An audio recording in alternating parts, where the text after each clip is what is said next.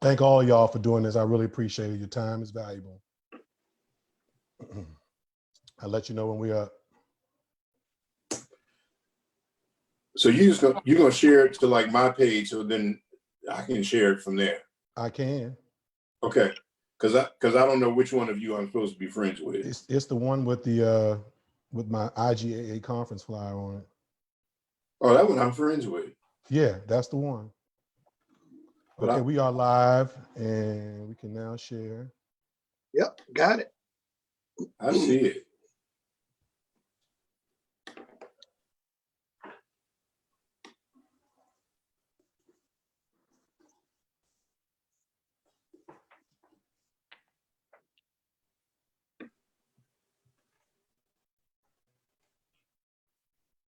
We are. Here we go. Okay, the people are coming in. So you're gonna share it to like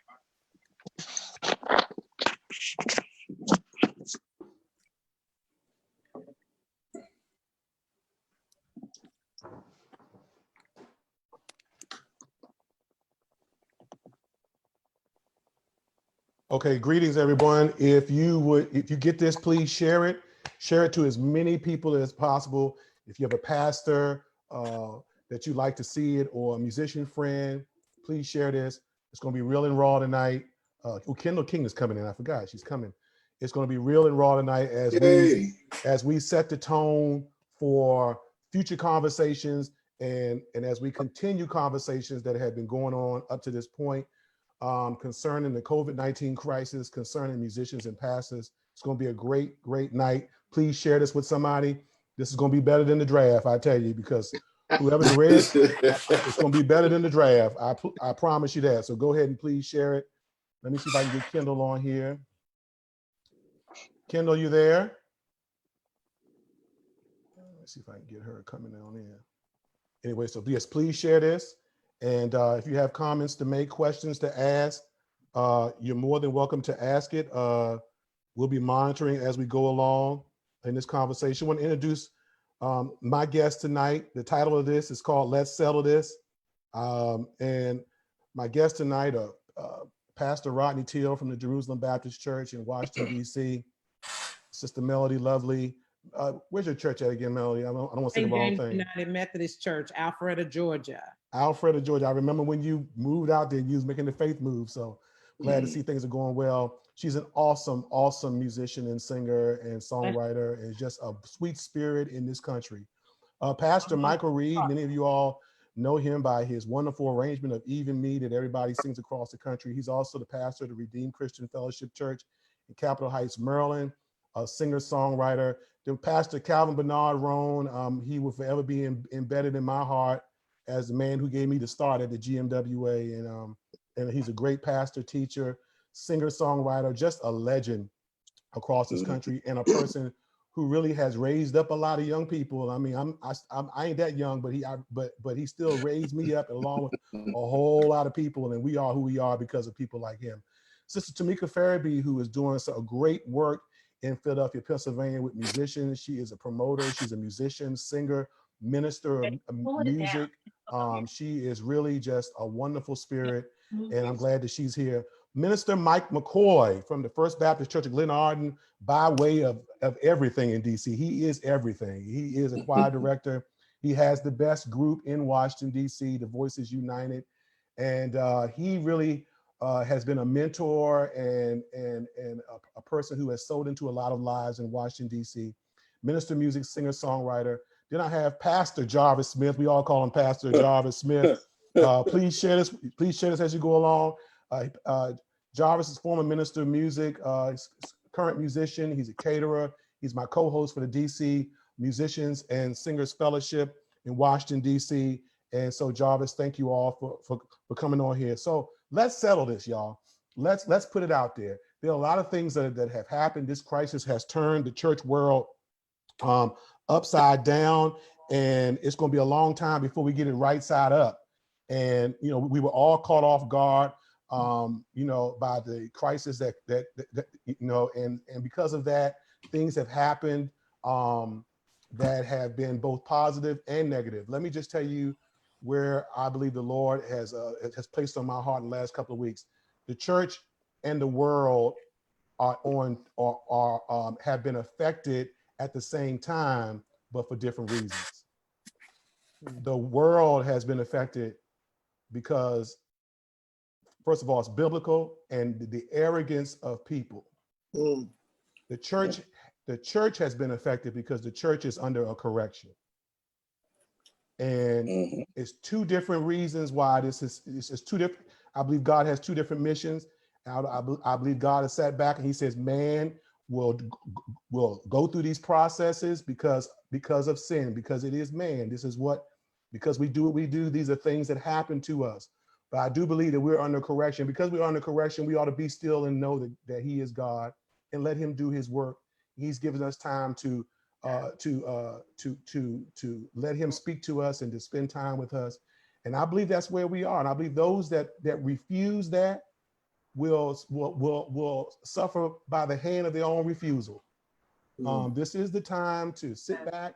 Let's take some reflection and figure out how to become better when we come out of this, because we are coming out of this. And I believe all y'all can agree with that. We are coming out of this. So thank you to all of y'all who are joining us. Please tag somebody, share this with somebody. So pastors, there are a couple of pastors on here.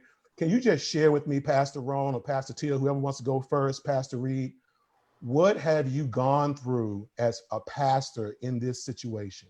Because I don't believe musicians and pastors can rightfully understand each other. Both of you have been musicians and pastors, but all three of y'all are three active pastors that pastor more than you, I believe, do music at this point. So what have you gone through as pastors? Anyone of y'all want to start? Yeah, I'll start. I will say, and I concur with the things that you said earlier, that God, according to St. Luke's gospel, is shaking things in the heavens and the earth, that things that cannot be shaken will remain. God's church is going to remain through this, and God is not working against himself. So there's going to be glory after this, and the church is going to be glorified and come forth as a victorious church. The major challenges that I'm facing as a pastor is staying connected to the body, that they don't scatter, and the connectivity of trying to reach out to everyone, keep everyone encouraged, and just hold the people of God together during these times of pandemic and crisis, and making sure that the people of God are encouraged in the Lord. Amen. Pastor Ron?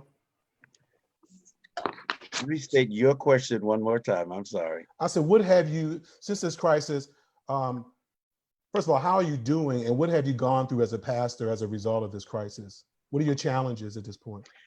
As a pastor, my only challenge has been in terms of just thinking about how this will economically affect our ministry as being a smaller ministry. That has really been the only challenge that I have earnestly had to deal with. And that I believe that's been because all the other things that some other people might be dealing with, relationship with musicians, I'm going to go out on a limb and say I've already mastered that from a long time ago. Okay. So, that's not a problem. I won't allow it to be a problem. And then staying in touch with people, I've already had something in place where I was already using modern technology to stay in touch with people because I enjoy it. I kind of like it. So my only concern has been the economic situation. Right. Pastor Teal? I think my biggest challenge has been congregational care as a concern in terms of maintaining the connection among the people. Because when people are coming to church every week and seeing each other, that's just a totally different thing than being on a conference call line. Like I even discovered some of the people who join by conference call, they take time on the conference call. They just, if I need to start like 10 minutes early, with the conference just so they can say hey to each other. And that seems to be something, you know, if Bible studies at 7, then starting the conference call line at 6:45 so people can, because they don't always have each other's phone numbers. But, you know, and so that kind of has been something. And then, of course, the people on Facebook Live, getting people in terms of getting used to typing so that they can feel more interactive. And the other part of this is, as Pastor Roan said, is the economics. One thing in particular, like I was looking at our financials, and they're really, I'm probably 60% of what I expected for the first quarter as a result of the challenges that have happened. And so that changes everything. Yeah. You know, and trying to figure out what adjustments need to be made now that are ongoing. So those two things, congregational care and financing. Right. Y'all Can I y'all jump saw that in? little interruption. That was Kendall Yeah. doing that. I don't know how she did Sorry. that, but Kendall, we'll try to get you back on. Go ahead, Pastor Reed. Yeah, listen, I applaud Pastor Roan and Pastor Teal for being transparent. These are real issues that most churches are dealing with, but in particular smaller congregations are having a big gap in their giving compared to what it was in the past. And these are real issues, but the issue that I have, and I know Phil, this is supposed to be our musicians and pastors and not necessarily a pastor's forum, but pastors are not in a real way willing to be that vulnerable and willing to be that transparent. So I applaud you guys for saying that. And of course, those are some of the same challenges that I am facing at Redeemed Christian Fellowship. But God, He is a sustainer, and He is Jehovah Jireh, and He is yet providing through this pandemic. Yeah. So we have musicians on here, and Tamika, Mike, Melody, and Jarvis. As musicians, what has this crisis done to you? What challenges are you facing at this point? Tamika, I'll start with you. Okay. Well, for my church, nothing has changed. I serve as the praise and worship leader, the band director, the choir director, the organist, and the minister of music. And nothing has changed. Not gonna change. Right, Tamika, I'm tired. I'm proud of this church. I'm tired, right. I had to tell, because we're still having service on Sundays, and it's just a handful of us. So, because I sing, it's just me, a drummer, a couple of deacons, and the minister, and I said, can y'all get a hymnal and at least sing the congregational hymn, because they were not singing with me. So I'm doing all of the singing. So in terms of my main position as minister of music, that hasn't changed financially. It changed because I'm singing everything. But outside of that, I have a musicians referral service where I send musicians out, and that has drastically changed. There are people still doing funerals here, but of course not as much here. So, and then I was scheduled to play at the Women's Day for Bethany Baptist in New Jersey, which I do every year. Well, they're not having Women's Day, of course not. And then all of the other outside engagements that I've had scheduled were all canceled. So the second stream, I was affected by that. Right. But praise the Lord, my main job has not changed financially. But and then all of the other musicians who I'm normally sending out, they are all affected by it. So yeah, and you're in the Philly area, and everybody who's in the Philly area, just want to ask everybody if any of y'all know Pastor Waller out there, keep him in prayer. He tested positive for the COVID-19 virus, so just keep him in your prayers. He's a great guy, great guy. Jarvis? Yes, sir. Yeah. Let's hear it, buddy. Let's hear. Okay, so for about close to 6 years, I served as the minister of music at the Southern Friendship Missionary Baptist Church in Temple Hills, Maryland, where I was a member and still am presently a member there. In September of 2019, my season there as minister of music came to an end. From October of 2019 through the end of March this year, 2020, I believe God has been faithful to me because I was faithful in that assignment for that many number of years and everything leading up to that point. So from October to March, I had no lack for anything. I had somewhere to play every Sunday, so much to the point to where I was, and it's not being boastful, but God lined it up and set it up for me that way. I could pick and choose where I wanted to play on Sunday morning. And still be able to be a blessing to other musicians who I know were looking for somewhere to serve or just fill in. Well, abruptly in March, all of that came to an end. So now what? Fortunately for myself, I have a couple of other skills that I have taken liberty of putting to use, and not just putting them to use now because of this current situation, but been working it all along. So, and it'll probably come up again later on, but I have multiple streams of income. So when the bottom fell out of one, I just wasn't totally out there with nothing going on. My wife is an encourager of savings. She has a background in finance.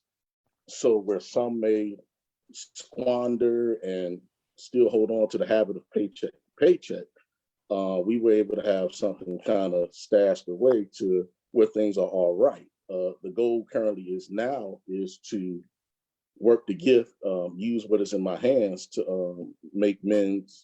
So, the lights can stay on, the mortgage can still be paid. And so we don't necessarily still have to depend on our savings to live.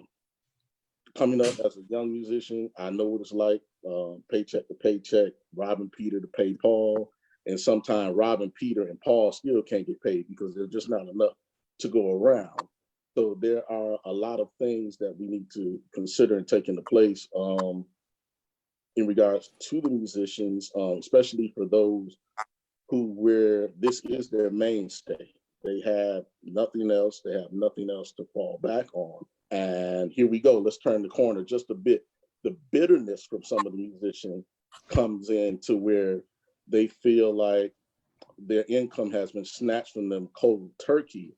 And even though this may be an employee-employer relationship, because it's the church, they're not feeling the compassion and the love. No, okay, we shut the doors, we can't afford to do anything, but they have not heard a mumbling word from senior leadership to say, You're hey, going too fast, Jarvis.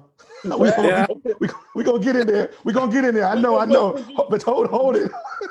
But it's all gonna come full circle. I'm just laying It it is. out there. It is. Go ahead. Let's lay the groundwork for it. But that is that's kind of where we are at this moment, and that's why we've assembled here in this forum to kind of bridge the gap and to talk about the what's happening and the mishaps and the misunderstandings. Yeah, well, you're exactly right about that. And please hold that question because we got to come back to that. Melody, Sir. how has this crisis impacted you as a musician? I am happy to say that for the first time in many, many years, I'm absolutely okay. I'm the director of music, worship, and arts. I work for a church that has a membership of 3,800 people. I have a full band. I have a full music staff. I'm seriously blessed, but I haven't always had this. So my heart is for my friends who don't.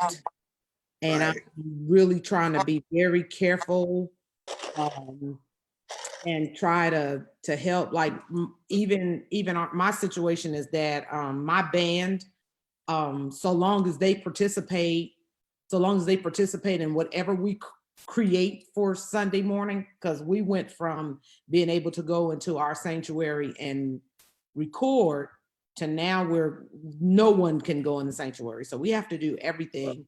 We have to do everything recorded, pre-recorded. So I'm actually doing a virtual choir a virtual praise team this week. I have a large media department, the whole 9 yards.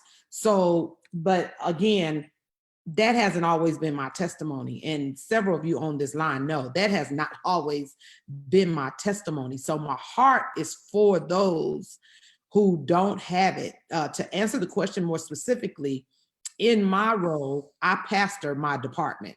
Mm-hmm. And it's United Methodist. And in my church, you pastor whatever you're the director over or the minister over, you pastor. So I pastor close to 250 people. And so the challenge has been what someone else talked about. I think it was Rodney, the connectivity. And to the point where even when we start our broadcast, when we start our live stream or whatever, we go on 10 minutes early now because people want to start coming on with the chat. People want to say hello to one another. And then when we go off, we stay on an additional 15 minutes with music playing. And it's just the logo up because people still desire to be together. We're going to have next week, I'm going to do a Zoom fellowship with everyone from my department. But I had to really beg to get them to up the Zoom because apparently it's pricey, but I'm blessed. But for those who don't have it, I remember not having it. And my thought every week is, if this had been 6 years ago, I'd have been moving in with Rodney and his family. I'd have been, wow. If this had been 6 years ago, this story would have been completely different. If I didn't play, I said it on the last forum I was on. If I didn't play, I didn't get paid. And there were a few times, and I know we got to hold up on this, but there were sometimes in ministry, more than a few times, where if I didn't work, I still got paid, but they weren't that often. They just weren't. And so the prevalent question that I've been asking is, so you work for a ministry, are you working for ministries that don't have money? Because I know we got to come back to this, but I'm concerned about the reasoning and some of the anger points. Some of the Jarvis, I want to know some of the anger points. Right. Because I want a better understanding. Well, we're going to get there, definitely. Mike, how has this crisis affected you? Well, like Melody, I'm in a situation where, for the most part, it hasn't affected. We have a large staff, right?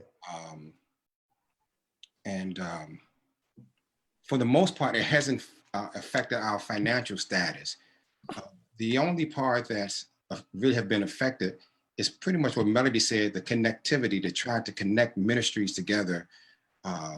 Actually, before I came on this call, I was just on a Zoom call with 80 men of the male chorus for the first time, for us just to connect. And just like you said, the Zoom call started at 7, but everybody wanted to talk. It was so good to see everybody. So our major challenge right now is, because we have such a large ministry, and I'm just talking about the music department right now, connecting with the dance ministry, connecting with the puppet ministry, connecting with the banner ministry. We've pretty much been on Zoom call every day, myself, Stephen Hurd, Anthony Brown, just connecting with those different ministries, just to see how everybody is doing, just to see if there's any need, just to make sure they're staying safe. We created a Facebook page, a music art Facebook page, so they can get information on there, so they can share things, what's going on in their life, as far as what they're doing outside of ministry, if you understand what I'm saying. Mm-hmm. Because ministry still can go on outside the church. Right. So in that way, it's just trying to find ways to, even with our band. Now we're trying to find, we used to can go to the church and record. Well, now we can't do that anymore. God has blessed some of us to have the ability to record at home. So now we're running tracks and stuff at our individual houses. And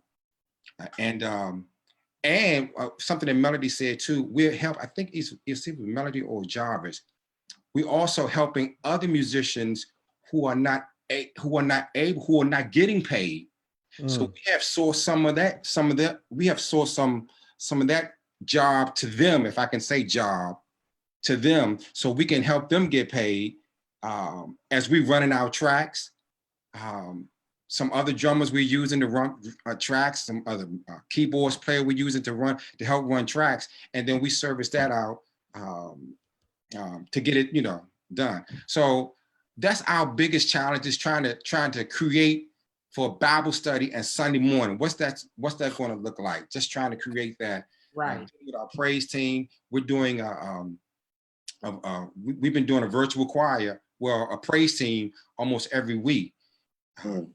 This Sunday, we're doing a virtual choir, which is a major challenge. Again, you're talking about a large ministry. Yes. So it's a major challenge to have 200 or 300 people on a virtual choir. So that's been our biggest challenge, just trying to find creative ways to make ministry still work and ministry still be effective outside of being in the church. So that's been our challenge right now. Well, let me tell my story. Thank you for everybody for chiming in. My situation is sort of like Tamika's, where I've been a music consultant in the area for a while. And I'm a real consultant. I mean, I'm a 1099 employee of the church. The church pays my business. They don't pay me.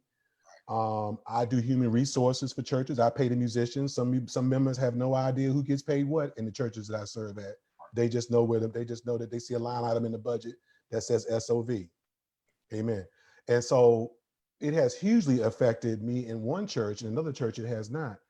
And one church, as soon as the crisis happened, the pastor, and I'm no longer at that church, but I just left the Sunday before the crisis happened. The pastor stopped calling everybody. He didn't call anybody. He called the minister of music. He didn't call the musicians. He didn't call anybody. He just went on ahead and preached, and he would call a soloist here or there to come in and sing. And so, and then there's another church where the pastor, and this is Pastor Tyrone Queen of Mount Sinai Baptist Church. He is a true partner in ministry, and I really, really appreciate the kind of person he is. They have been, holding on and paying everybody. Everybody hasn't been there. It doesn't have to be there every Sunday. He's been really concerned about his musicians, about our health and well-being, about our family.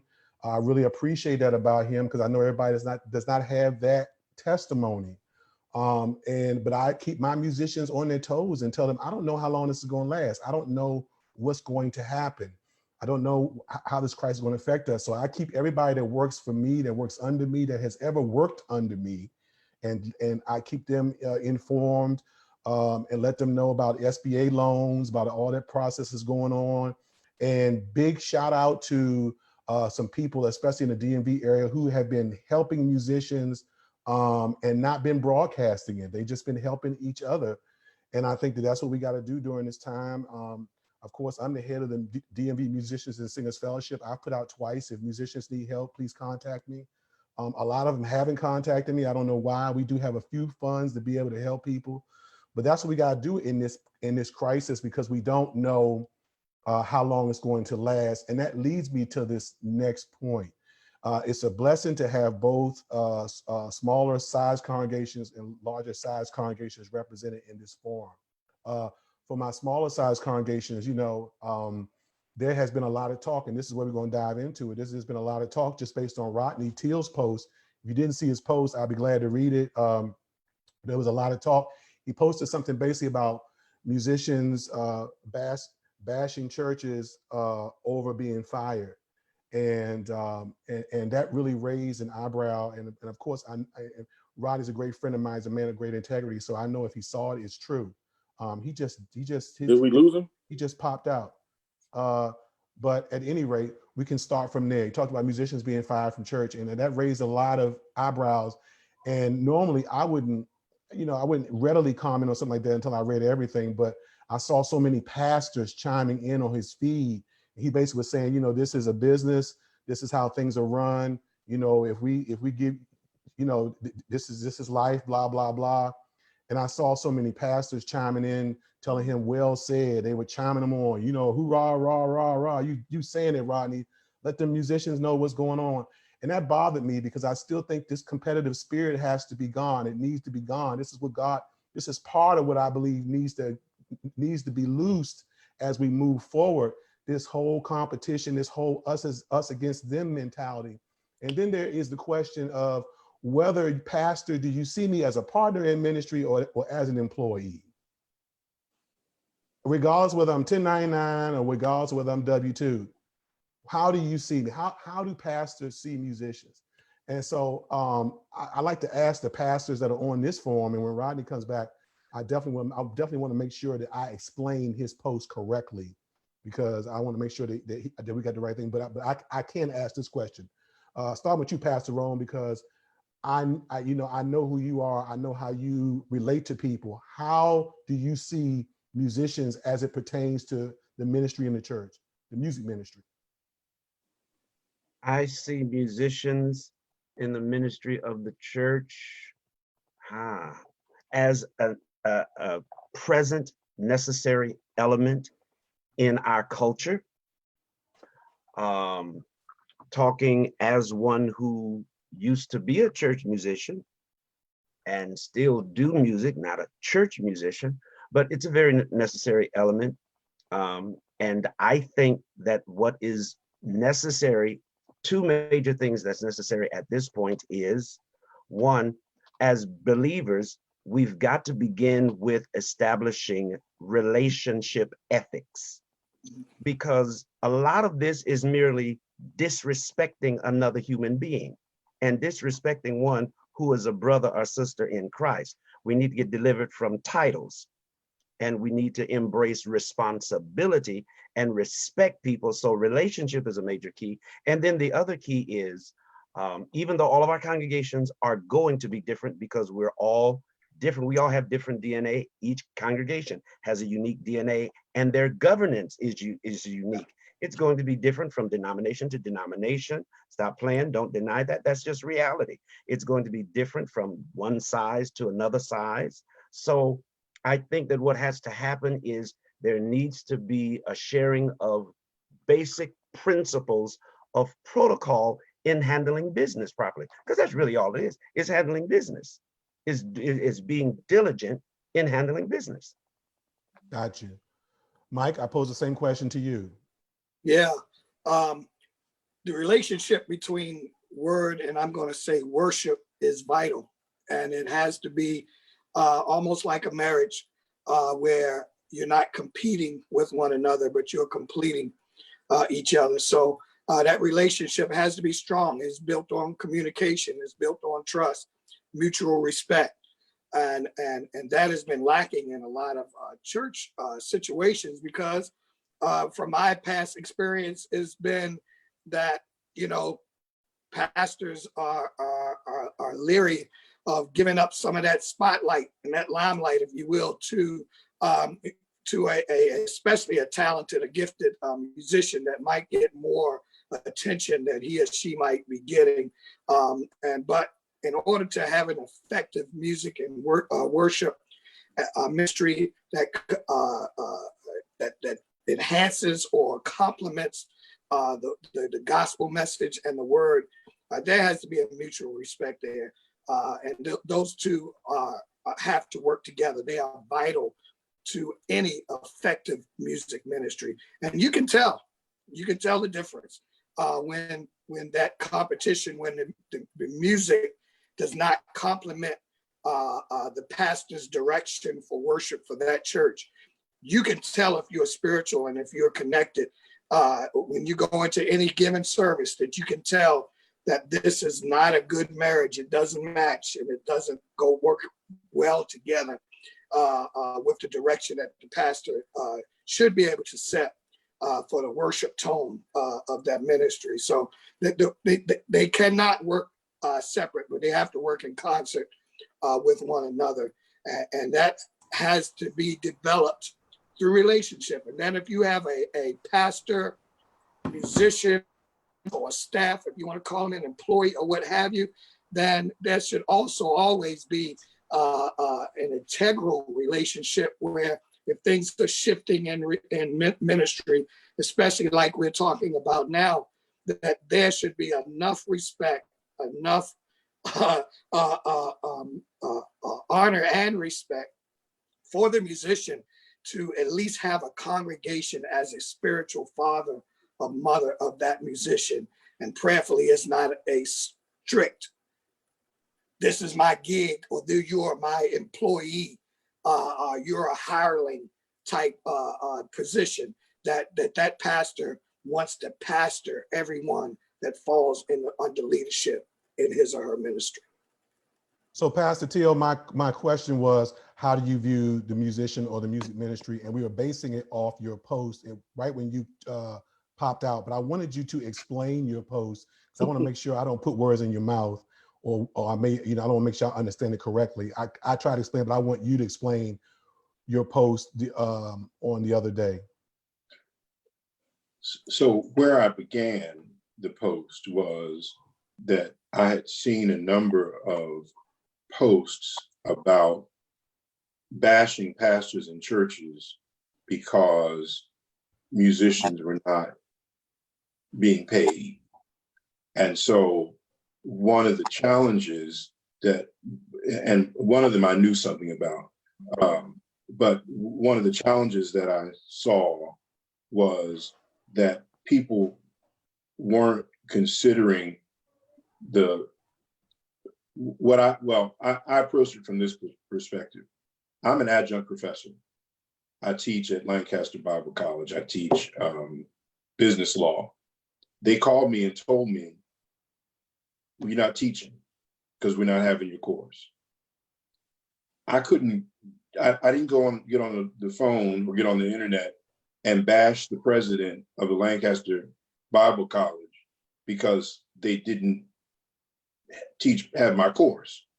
I knew going in, based on the contract I signed, that if I they didn't have my course, I wasn't going to get paid. I knew that. So one of the challenges I had in terms of understanding was I tried to differentiate between myself as a adjunct professor versus tenured faculty. The minister of music for me is like tenured faculty. The person who was on staff or the person paid a salary, which is different from my perspective than the musician who says, yeah, I'll go third Sunday with you, Pastor, but I need another $150. If more work means more money, then no work means no money. And I know that doesn't sound very compassionate, but I'm not trying to be compassionate right now. I'm trying to be logical about the way in which we're approaching. And again, when I came back in, I heard Pastor Rowan and Pastor Reed. I think part of this is a matter of communication. I mean, if you come into this, and you are doing this as a piecemeal, independent contractor thing, and you know that, then now all of a sudden, when there's a pandemic, now you want me to forget business principles, and then in some instances, this is Pastor Petty. In some instances, we've not had a pastor-parishioner relationship until now. Now you want me to pastor you, but you don't want me to pastor you. What you want me to do is maintain your income. But that's not my job as as the pastor of the church. Now, again, if you're a member of the church, that's different. That's a whole different scenario. Or if you're the minister of music. So the reason I started it really was because I wanted us to have the dialogue. And I know that there are people who, bounce by my forum and would have it. Because I think each individual set of circumstances has to be evaluated. And I think that two things. One, we don't communicate well. And then see, when you start, particularly in the Black church idiom, when you start talking about money, people start acting crazy. And see, that's the thing, nobody wants to talk about it. But see, if your church budget is $200,000 for the year, and you've got a pastor who you're paying 50 of that $200,000, you are limited in terms of how much you can spend for other things. And unfortunately, we're not good at going in and saying, this is what we can afford, and saying to the musician up front, I know that you want $500 a week. We don't have it. Now, if I tell you that up front, which I've had that discussion with musicians, now you can't come to me later and say, well, I need 500 because I already told you we don't have it. And see, now when you ask me again, then now my problem is, do you think I was lying? Or do you see, and now we got issues because I've already told you. When I hired you, I told you, you get one Sunday a week, and one Sunday a year is vacation. And you get one Sunday a year if there's some kind of weather emergency, which would have been this. And after that, I can't, because I don't have the resources. But I told you that. And I can't untell you now just because it's convenient. Okay. I'm sorry. No, it's fine. It's fine. I want you to get it all out. Go ahead, Melody. I know there's a raise your hand feature on here, but child. Go ahead. Go ahead. It's family. Yes. Hey, so this is where we gotta go. We gotta go. We have to move. I've listened to you, brother, attentively. We have to move from just what you said. I told you that when you started. I told you that. And you've got to, the preacher has got to stop just telling us that. And the musician has got to stop allowing ourselves to be told. We have got to start. I need you to tell me here, and I need to sign down here. So we have something to reference, because the day of you see me, you tell me you need a musician, and I say, okay, I can come play for you, and I come play for you, and we just have this verbal mutual agreement, is over. Because I feel like both sides are right to some degree. I feel the preacher shouldn't be put upon more than he is able, and the musician should recognize that. But the way sometimes, and we talked, and you said this, Rod, everybody's DNA and everybody's situation is totally different. But some people are saying it's not really that they let me go, it's the way they let me go. That's correct. There you go. And they didn't even call me. They didn't even call me. We've been in the pandemic 6 weeks, and I still ain't heard nothing. You did it right, Rodney, but it's a whole lot of people who didn't across this nation.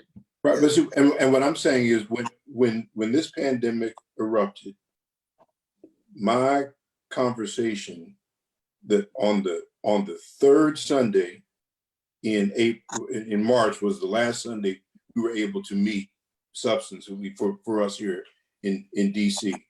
On that Monday, I was on the phone with every one of the staff members, explaining to them what this new situation would mean and finding out what they needed.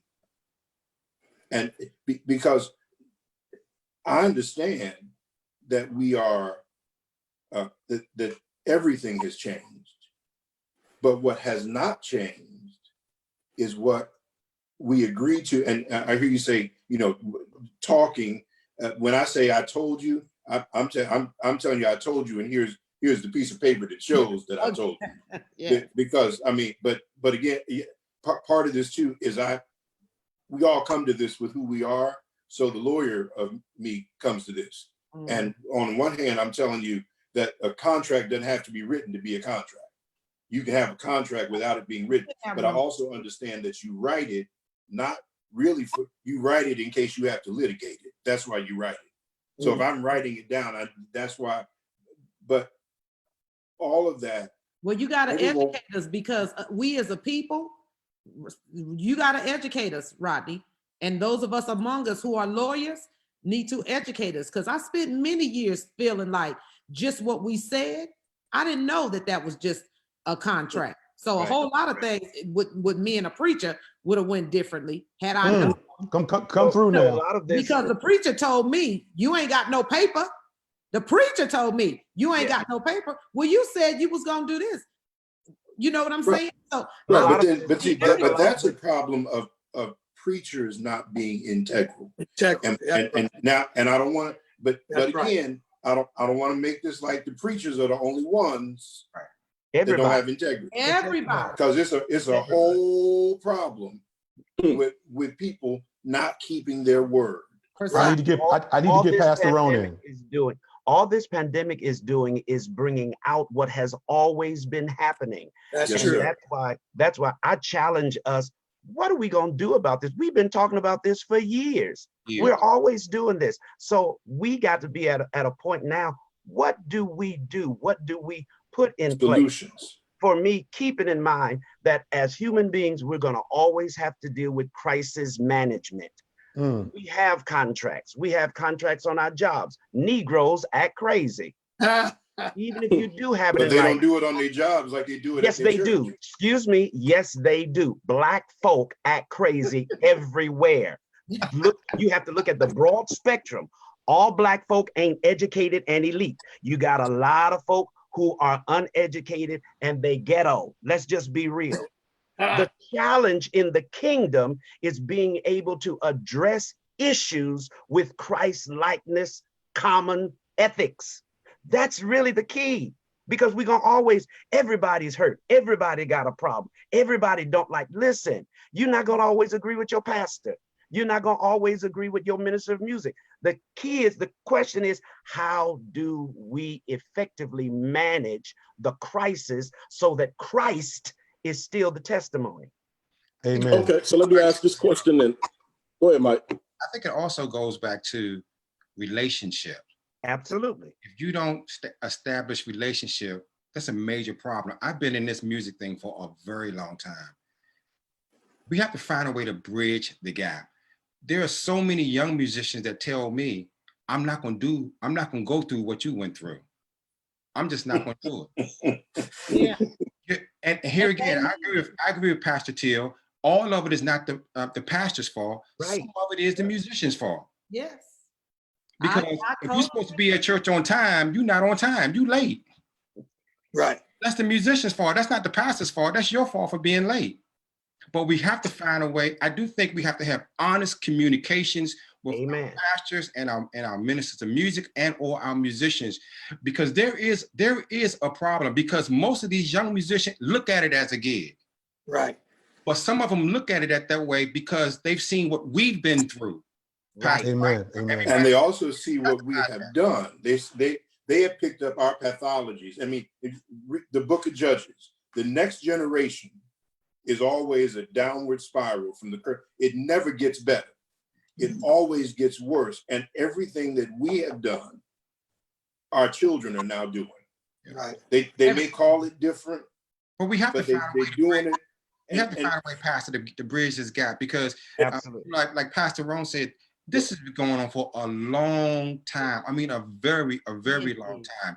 But if we're not, I do think we have to have big boys, big girls conversation and be honest with each other. Right. Because if I can't pay you $500 a Sunday, tell me that. Right. And for now, tell me that from the very beginning. And the musicians, you accept that, because guess what? You have a choice to say yay or nay. Right. Right. But as I grow, as we grow, you grow. Yeah. That's the first. They decrease, and as they decrease, you. I agree. I totally agree. But that has to be quantified. Oh, wait a minute, Jarvis. Both ways. What does that mean, Jarvis? as you grow? What does that mean? That means, especially on, well, I'm not even going to categorize it. That means you have a small ministry. My ministry is 50 people, and we can afford to pay you $150 per service. When we grow and get to 200 to 300 people, I'll be able to pay you $400-500 a service. So as we grow, you grow. My money should What increase. happens in most cases is we grow, and then we say, forget about you, Negro. There you go. And that creates the problem. But I think that problem. While I'm talking real quick, I want to go back to kind of dance around some of the things that was mentioned in Rodney's post. For the pastors, let me address this to you.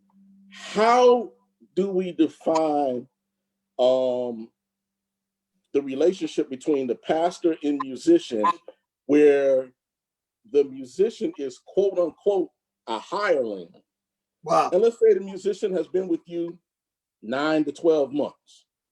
Is there at any point where we cross the line going from contractual to compassion? Because with a lot of musicians and the tension that they've been feeling, hey, I know I'm not a member here, but I've been with you a year, 2 years, or whatever the case may be. And I've actually heard some pastors say, well, hey, you're not my problem because I'm not your pastor. You may not be my pastor, but I've served in your ministry for a year or two, sat at the table and supped with you, meaning getting the word from you on Sunday morning. But now you're going to tell me, hey, I'm just going to throw you to the wolves. Right. That's where a lot of the anger and frustration is coming from. So pastors, is it 100% business relationship, or how do we hold a balance to this? Or is there? I need to jump in. I need to jump in, and then I'm gonna give it to Mike Reed. I think Rodney Pastor Teal already explained that when he said, you know, it's a two-way street. How did you treat it when you were there? You want me now to be your pastor, and up to now, you have acted like you're my employee. So I think it's a two-way street. You know, you kind of have to fill each other out. So if a pastor, you know, if you take a job at a church and you and the pastor just don't gel like that on that level, then you need to know that that's possibly how it's going to be if we run into a crisis. Right. And so but true, but there have been some people that I know what their pastor and minister, music or musician relationship has been like, and things have been okay. But now the rubber has met the road in a different fashion, and it's just kind of like, well, yeah, okay, but I got to look out for me and mine right now. The key word: some pastors. Some, right. That's right. That's why I didn't say all. Some. Yeah, I need to get to Pastor Reed. I don't know. I don't see how, because I have been minister of music at various churches for over 25 years, and now that I'm pastoring, I don't see how I could hire a musician and treat that musician like a hireling. Yes, I'm going to hire a musician, and he's going to be contractually obligated to me as a musician, but because this is spiritual in nature, because worship goes forward, because this is not just about you coming and playing songs. Your songs and what you do become life, spiritual life to those who are listening. There has to be a common relationship between the pastor and the musician that goes beyond me just giving you a check at the end of service every Sunday. That relationship has to be organic, and it has to be a relationship between a pastor and, even if he's not a member, this is a soul. This is somebody who needs to be nurtured and ministered to, and he can say all they want that you're not my pastor and my pastor is over here and that's where I send my tithes to, but this is where you're being fed. Mm-hmm. So there has to be a relationship between pastor and musician, and that relationship, again, like I said, it has to be like a marriage. It cannot be a competition. It has to be where we're completing one another and we are complementing one another in ministry. Tamika, I know you haven't said anything yet. Let me get Tamika in. I think that's why it's important to nurture relationships outside of crisis like this. Like, okay, so at my church, we have a transitional pastor. So he's in position until we get our permanent pastor. But my former pastor was an awesome pastor by the name of Omari Hughes. He's now in the DC area. Good, great guy, great guy. The way our rapport was just remarkable. We built a relationship during the week. You know, it wasn't just Sunday, it wasn't just meetings, but it was, how's your prayer life? He absolutely pastored me as a musician, as a minister of music. And when we got to our worship experiences, it was just like, we didn't even have to say anything because we were actually ministering together. I knew him, we flowed together wonderfully, but that relationship was nurtured outside of meetings, outside of services, and it was built. And I believe that. And then the other thing that I respected about him, he didn't treat me like he was here and I was here.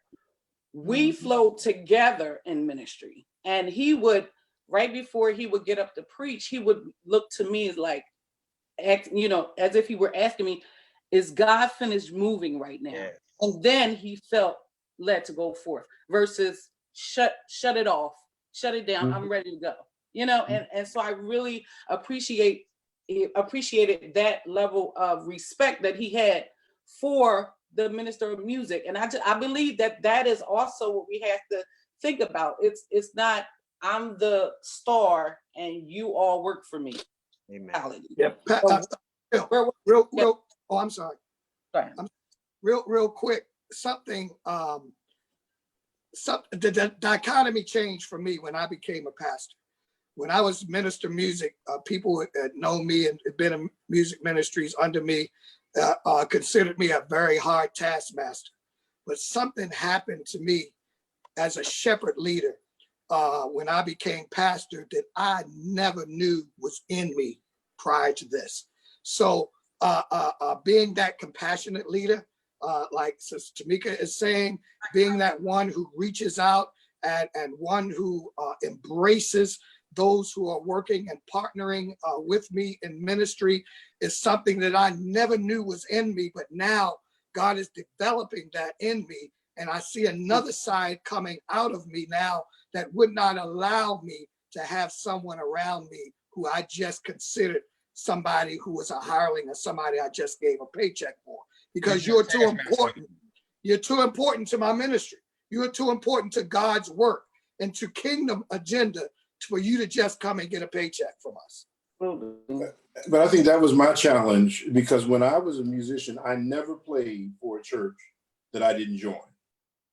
But that was because I was raised that way. It was a different kind of ethos for me.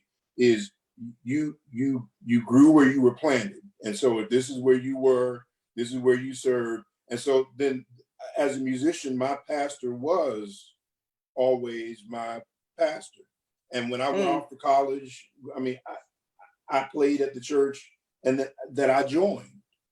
And I mean, so it's foreign to me that people want to go to churches that they like. If you don't like what's going on over here, why are you over here? Amen. But then you come over here, and the vibe I get is you just came over here for the paycheck anyway, because what is your, and I understand everyone wants the pastor to be connected to the musician. I got it. It goes both ways. Right. And that, I think that's the dynamic that we, and when I say we, I mean the two sides, have to be willing to talk about, which is, you can't come over here gigging and then be upset when I treat you like a gigger.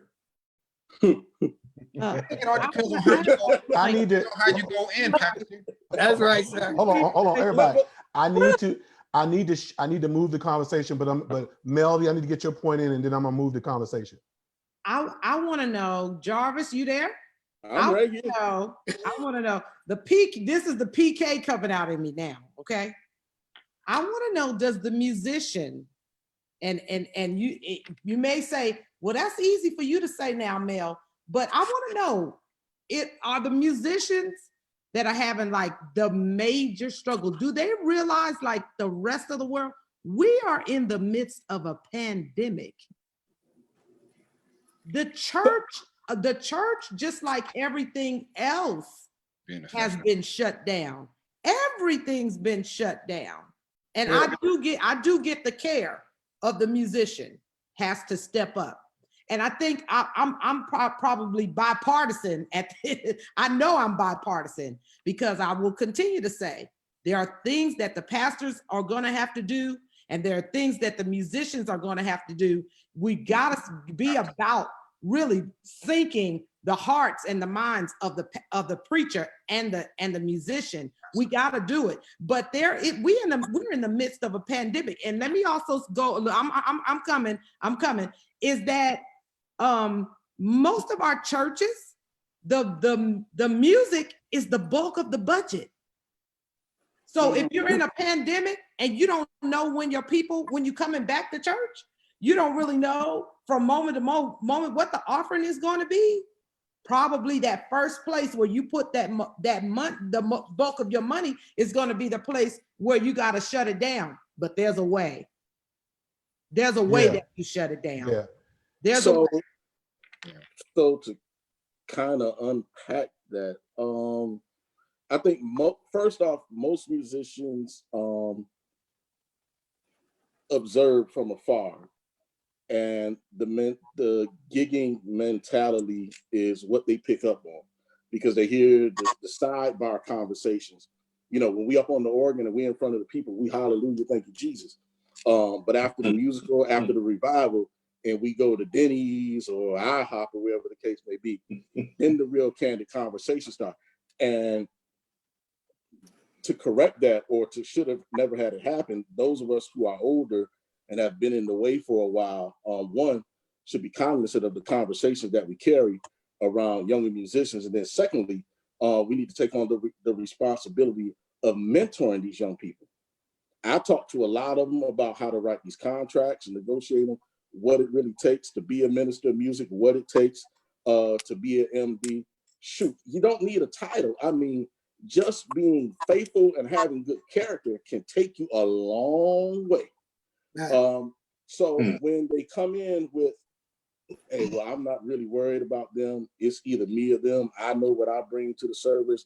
I know my worth. And when they take on the I mentality, it just knocks anything out of the window about ministry as a whole. So to kind of change the mentality, the curve, the impressions that they have, their perception of ministry, is going to start from us having a different conversation with them and showing them a better way to it. In terms of, I wanted to go back, that might have been the Rodney Field, I don't know, somebody said it, but when it comes to, it was Rodney, when it comes to the musician being a member, this has been my experience, and I wanted to say this before Phil pushed this onto another topic.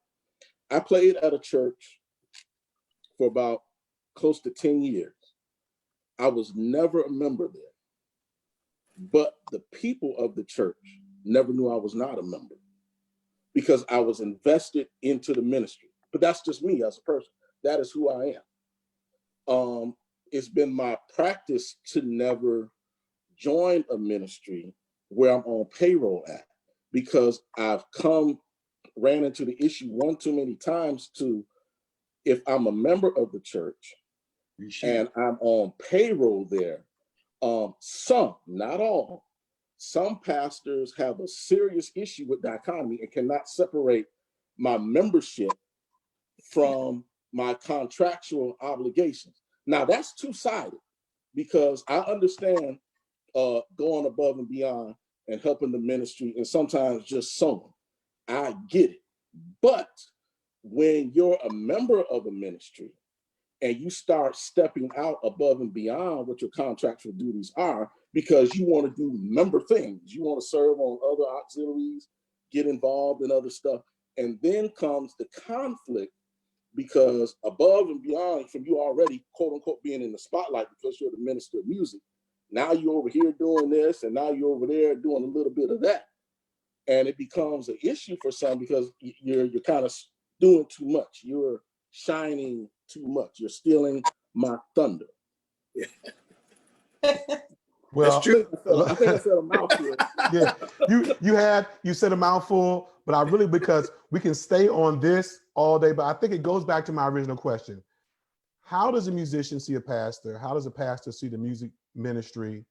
There are a lot of people on this feed. They have some questions. They have a lot of things going on. But I do want to tell a few of you all who are on here who are still in disbelief that musicians are getting paid to play in churches. We are.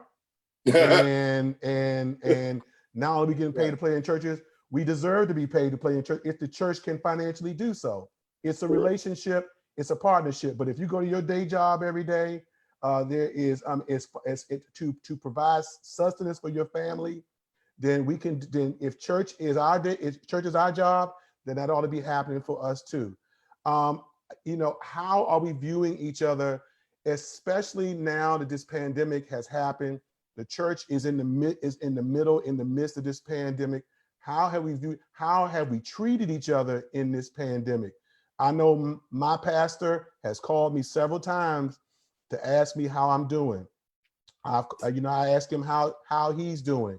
You know, if my pastor called me tomorrow and says, Phillip, budgetary wise, we cannot do this anymore, because he has shown me so much compassion and checked on me. If he said tomorrow, look, we can't pay you until we get back, I'd be cool with that because of how he treated me. And I think that this is the heart of what's really going on. There have been a lot of pastors. Now this goes beyond some. There has been a lot of pastors who have just cut losses as if their church is not going to reconvene again.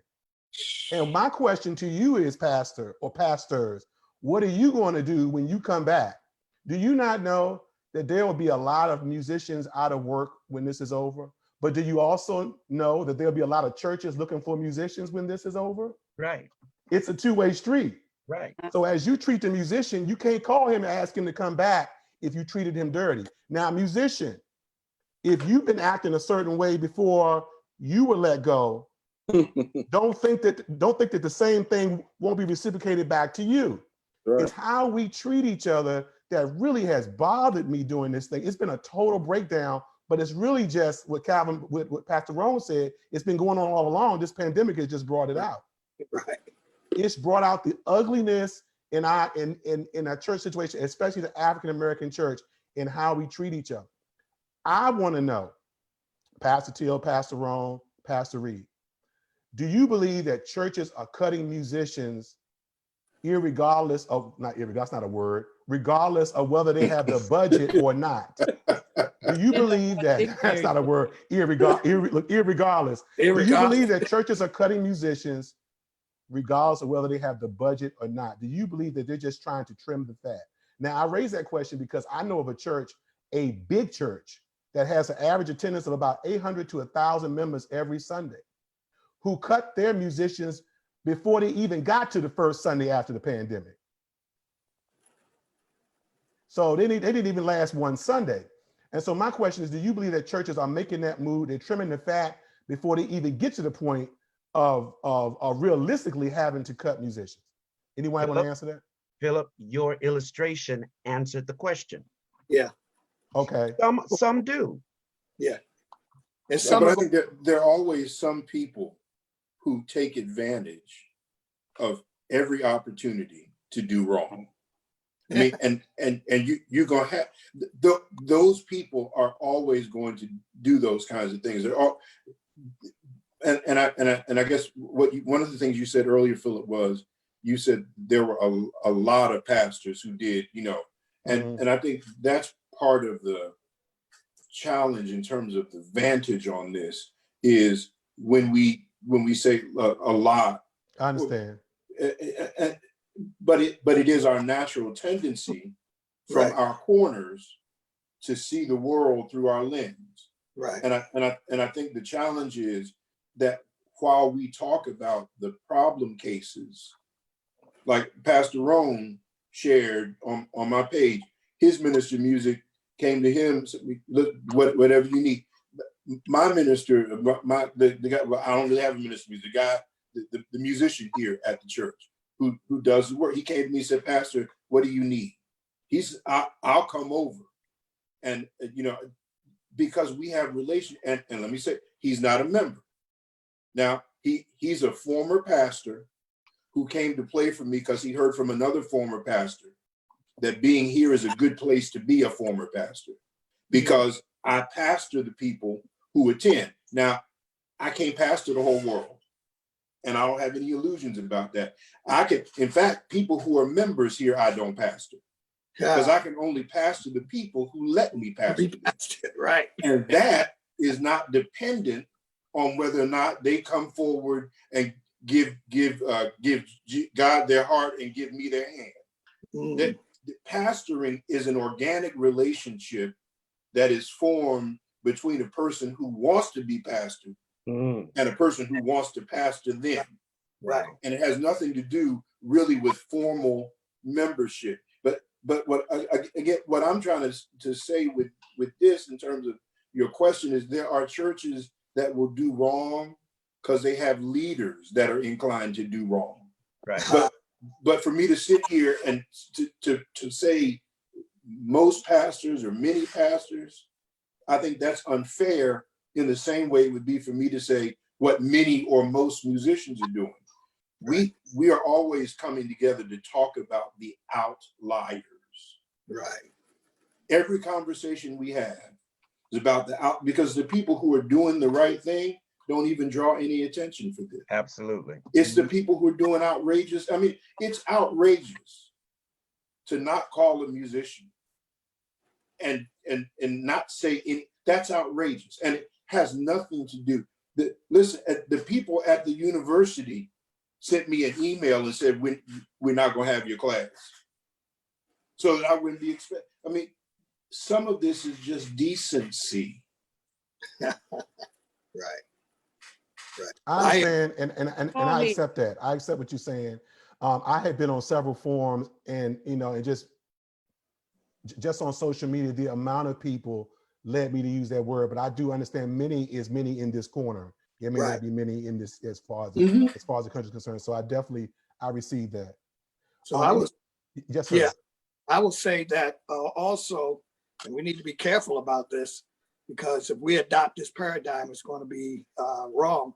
That a lot of pastors, because they are now figuring out how to do streaming and live streaming and doing this in a way that they haven't used the musicians the way they typically and traditionally would, especially if they have influences of deacons and trustees who are seeing that, look, we're doing this and our gap in our giving is this, and we can maybe not have to have all of this. We can adopt a new way of doing things.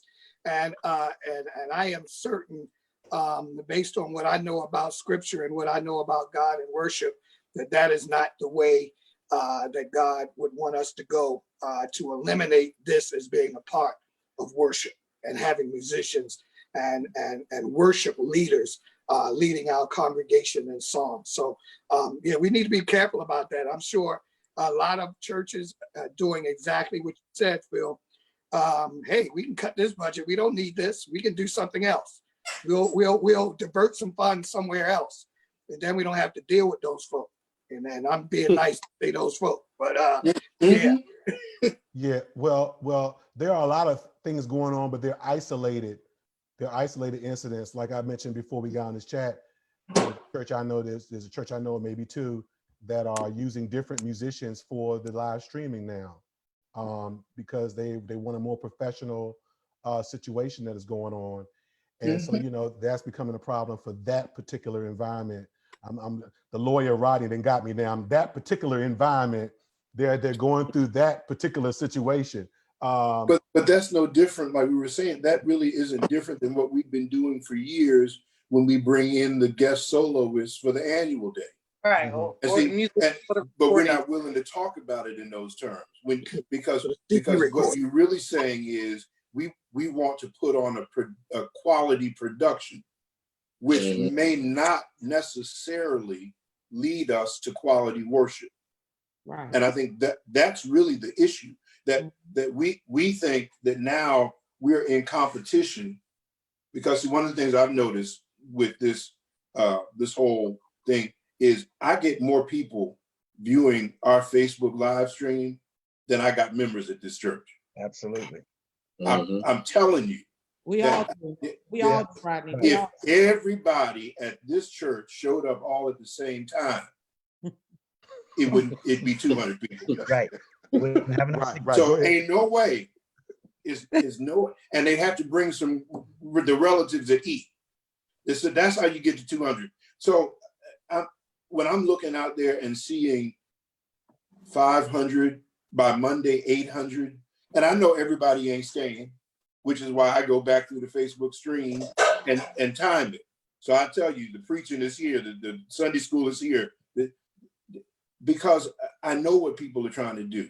But many of us are seeing ourselves now in competition with each other in ways that we have never done, because nobody knows what's going on at your church because they're too busy at their church. But now we can go to church 4 and 5 times a day on Sunday. And people think that they are being evaluated. And so I'll tell you, at Jerusalem, I don't have a choir. And ain't nobody on Sunday morning, the only person in this building is me. Because we got the little Mevo camera, I can turn that bad boy on and get the shot, and then that's it. Now, I'm also in a slightly different category than most pastors, not the ones on the line here. But between Sunday school and worship, I go sit at the piano.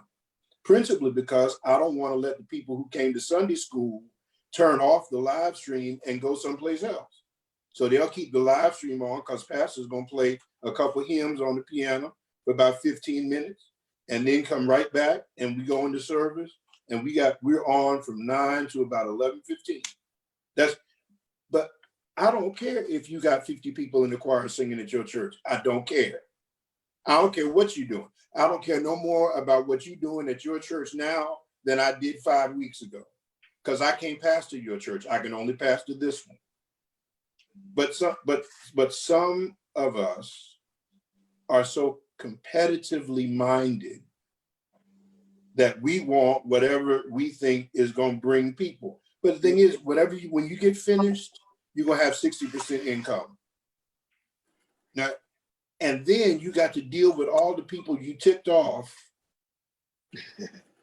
because you just like the old choir director who got to deal with the altos who are mad because you brought in someone to sing solo. And then you got to look them in the face and say, oh, that song we did on the annual day, I need one of y'all to sing it. Oh, you need me to sing it now? That's going to be the response in these churches. Right. Oh, you want me to? No, not now. No. Just recently, we have mishandled the people that God has put in our charge. And that's my problem with this, on the perspective of the pastors and the musicians, is we are responsible for the way that we handle the people God has put in our care. Yep. And we have been irresponsible, and that's what this is bringing out. Right. I want to go back to what you said, Pastor, about competition. I just recently had a conversation with a pastor, trying to do some of the things that they can't do, but they see what somebody else is doing. Right. They want to do that. Right. They're not in the financial position to do that.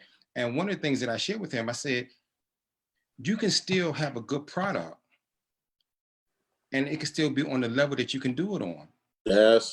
You can't worry about what we're doing over here or what somebody else is doing over there. Right. Make what you have work with what you have, and it can work. But stop trying to figure out, well, what y'all doing? How y'all doing this? And even when I give you the information, but you're not in the, let's be honest, you're not in the financial position to do that. And it's okay. But that doesn't mean that you can put on a quality product. Or you think you're in a financial position to do it. And you can't do it. And you think, oh, that's what I need to make this better. And it don't work. And it doesn't fit. It doesn't fit what you're doing.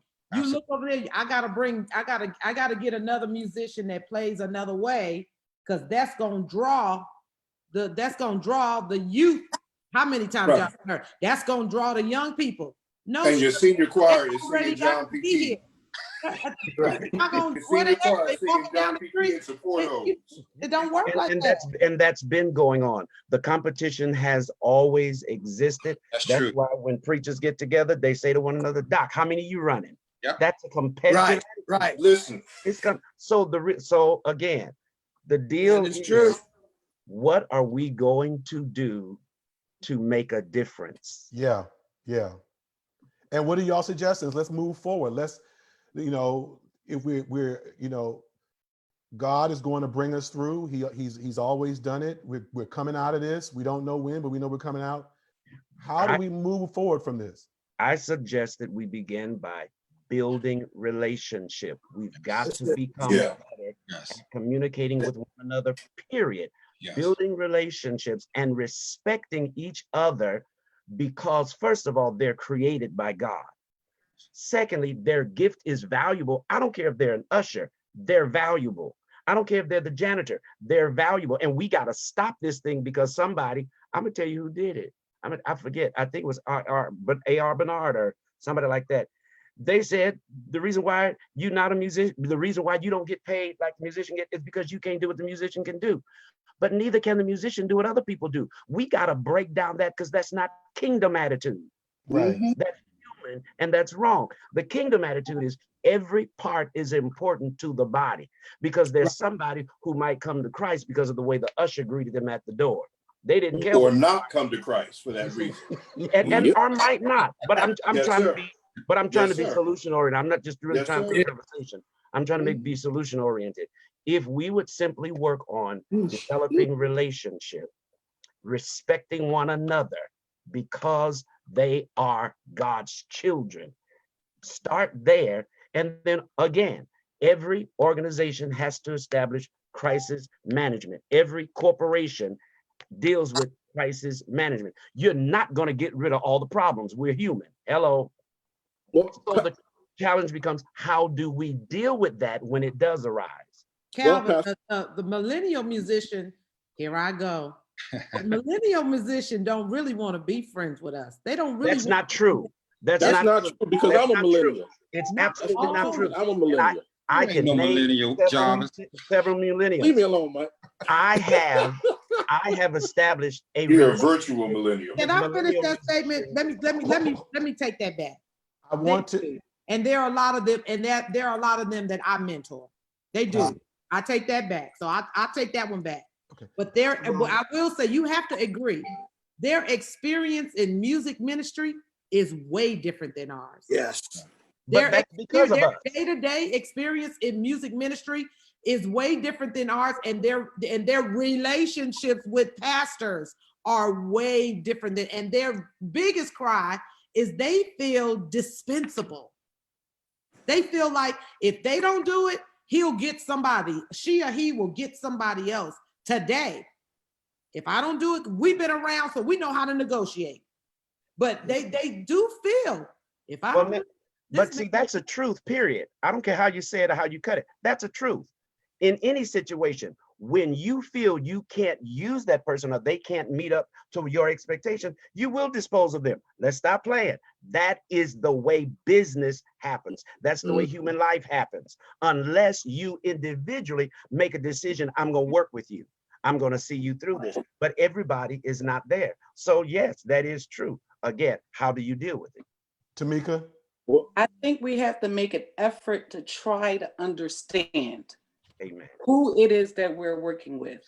Like the millennials, they would rather text than for you to call, And so I think that if we treat them like they're our nephews, they're our sons, they're our nieces, they're our daughters, and try to get into their world so that we can try to connect with them. That's number one. Number two, if we make an effort to build them up and help them to become their best person, and then it'll be better for us to work with them. I believe God will give pastors an opportunity where the door is open and you begin to minister to that person, or you just begin to just get into their world.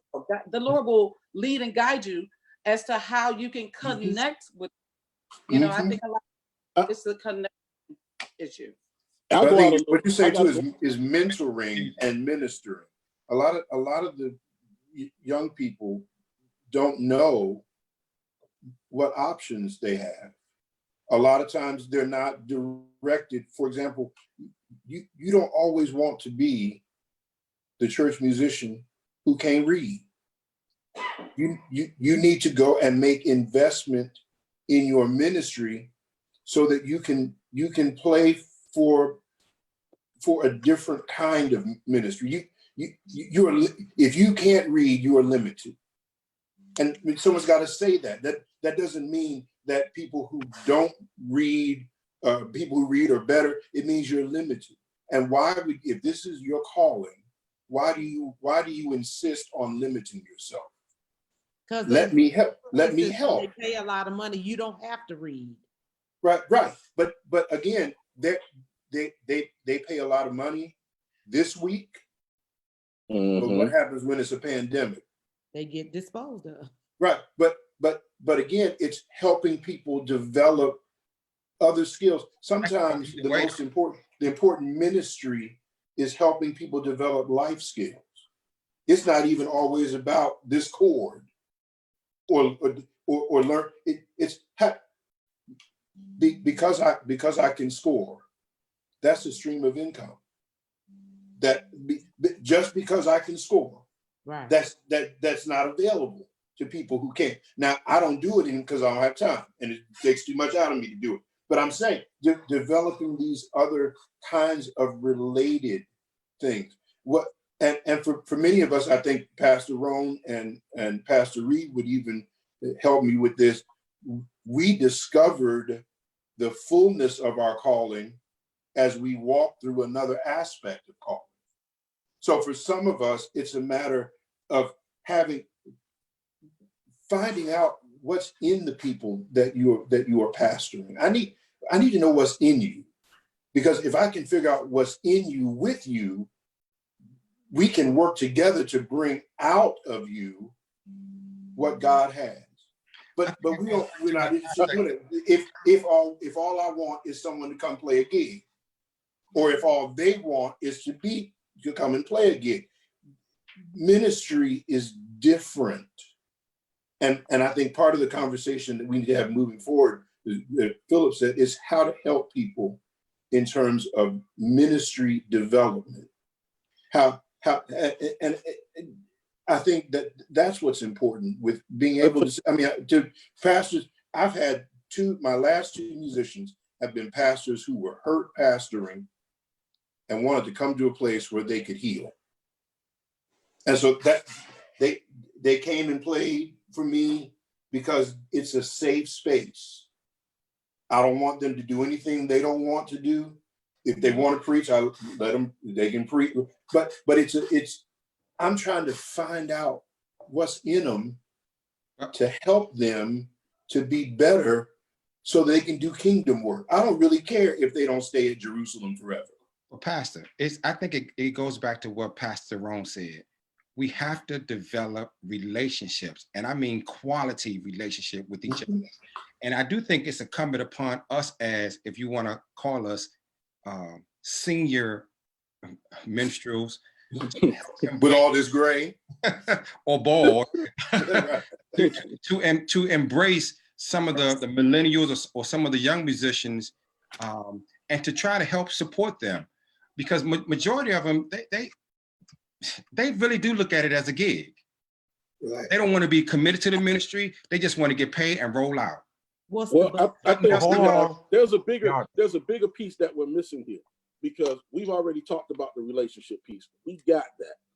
What needs to happen now is they need to understand the role that they're desiring to be in. A lot of cats, young, old alike, really don't understand what it takes to be an MD or a minister of music. And while I've heard some pastors don't either. Excuse me? Some pastors don't either. That's a whole nother lie. But but still, like some people say, and I believe it's true, that the minister of music role and the pastoral role are parallel. They're close, but they are not the same. And I had a discussion with one musician one time who got mad at the pastor because the pastor told him, said, hey, this is the style of church we have. This is what the people here can relate to. So this is what I need you to use as a building block to embellish, and then we can move forward into some of the more progressive things and whatnot. And where the musician was wrong at, he told him, said, well, Pastor, you hired me to be the worship leader, to be the minister of music. And then the pastor had to check him, say, no, you follow the vision that God has given me. I am the voice of the house. I am the actual worship leader. And you take it up and carry the mantle out from there. Those are the type of things that create that friction because we're not fully understanding our place. We got the title and we got the logistics of, you know, some of the administrative stuff. But when it comes to that spiritual piece and understanding stuff like that, that's what helps cause a lot of the extra unnecessary friction. Thus, it's the musician's responsibility to seek out these things. Go to a workshop somewhere. Find your little seminary class or something. These are things that you need to know, tools that you need to have if you want to be successful and have some longevity. How can you know what's the order of that house and you haven't even been to that house? Of course, the pastor's going to know the order of the house because they've been pastoring that place. You coming in, you don't know the order of that house. So you should follow the lead of the pastor. So that was the right thing that happened when the pastor hears that. But I want to ask this question. This is going to sound real stupid. You know, you said the musicians need to look for it and go to these workshops. Well, what's going on all these workshops that be going on all over the country? Well, that's a whole other thing. You got folks you're not going to class. Workshops, hosting workshops, and you know, it's just another conference, it's just another means for somebody to swindle somebody out of a few dollars. No, seriously. These are the things that underlie many of our problems. Absolutely. We are invested in the wrong things. And at some point, somebody's got to say, that's wrong. That's the wrong thing. That ain't gonna help you. I agree with what Jarvis said. The musician has to seek to know what his responsibility is spiritually. But at the same time, the previous generation should have been pouring into the next generation what their responsibility is. As soon as the elders stop trying to be the young folk and be the elders who teach and pour into, some of that will change. That's an issue that needs to change. You know, pastors need to stop trying to be young and just do what you're supposed to do and pour into people, instruct them, because people still got to be corrected. And guess what? If you don't like my correction, I don't care. My responsibility is not your attitude, as long as I know that I spoke to you in the proper manner and I did not intentionally offend you. I've done my job. I need to chime in. But it begins with relationship. Yeah, I need to chime in. I need to chime in. If you have a question online, I'm gonna start to ask these questions because we're not gonna be in here all night. I wanna, the question, the title of this forum was Let's Sell This. We've got some answers. We talked about mentorship. We've talked about wanting to be mentored. We've talked about relationship. We've talked about attitude. We've talked about treating each other with respect. So if you got a question, go ahead and ask it now. I'm picking it up from the bottom up. But Pastor Roan, I do want to answer your question. What is happening in all these workshops? Well, my generation is, and it may be the last generation that went to class. The generation below me records with the choirs. They go to choir rehearsal, they hang out in the hallway. They have no idea. I'm just going to take the GMWA for an example. Right. They have no idea that there are hundreds of classes. Don't get them right going on. Some of them. Even as they go and see it the same way, they don't go to class. But that's partly because of us too, and that's also partly because the pastor, especially the pastor that has a big church vision, he doesn't necessarily want to know how many classes you went to. He wants to know how many recordings you participated in and how many artists you played for. He wants you to be impressive so he can go brag about you to whomever he's going to brag about too. So but you know what, Phillip? Phillip, the majority of musicians who have those professional positions, like you just said, are not millennials. Right. They are Generation X. Right. in between they're not the millennials. So I think, first of all, we need to stop playing society's role in hyping generations. We Right. just need to look at people as people. Right. Deal with people one-on-one. All millennials are not the same. All Right. boomers are not the same. So sometimes we need to drop, what is the word? We need to drop ungodly classifications and categories. Right. There are millennials who love traditional music, just like there Absolutely. are seniors who like contemporary music. So we just Mhm. need to deal with the real issue that's before us and deal with that. You're exactly right. What I'd like to see happen in my city, because I deal with a lot of organizations. I've been blessed to deal with the Kojics. I've been blessed to deal with Seventh-day Adventists. I love my Adventist people. And I am a hardcore Baptist, Baptist to the core. And one thing I've noticed about is that my Baptist pastor friends, who most of them are my friends and my brothers and my sisters, is that there really is a generational gap as to how they think about musicians. And oftentimes the people who really need to hear this are not listening. And they're listening, but they've lived long enough to formulate their opinion. They're not going to change it. And the reason why they're not going to change it, because they don't view us as equal partners in ministry. But to my pastor, Rodney Teal, and those who are younger than Rodney Teal, they may not even view some of you all as equals, but to those of y'all with whom they respect, I need y'all to change the conversation in the back room when we're not there. But see, part of the challenge, I think, Phillip, is that this notion of equals, because one of the things that we do is we have these hierarchical relationships in church. And as opposed to having organic relationships. Right. And the challenge of hierarchy is the only way that someone looks up to me is that I look down on them. And that becomes the challenge, because if I've positioned myself such that you must look up to me, then that already tells you that I'm looking down at you. And that's not a good way to develop what we need to talk about in ministry. That does not mean that we don't have roles and responsibilities. The operating surgeon is a professional, but so is the operating room nurse. And if either one of them doesn't do their job, the patient dies on the table. And the responsibility of the team is to keep the patient alive and to complete the operation successfully. And we have to figure out how it is that if I'm the pastor, as the surgeon learns to relate to the minister of music, who's the nurse, in such a way that we keep the patient alive.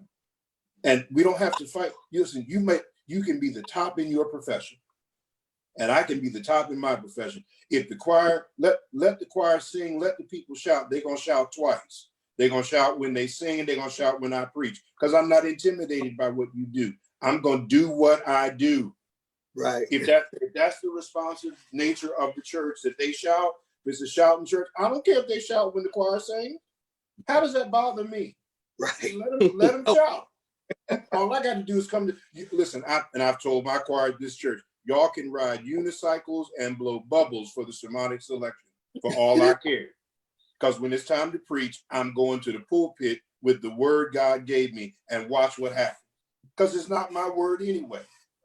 So I don't have to be. And again, because we have these hierarchical relationships, now I'm in competition with you because I'm going to see who's going to be on top today.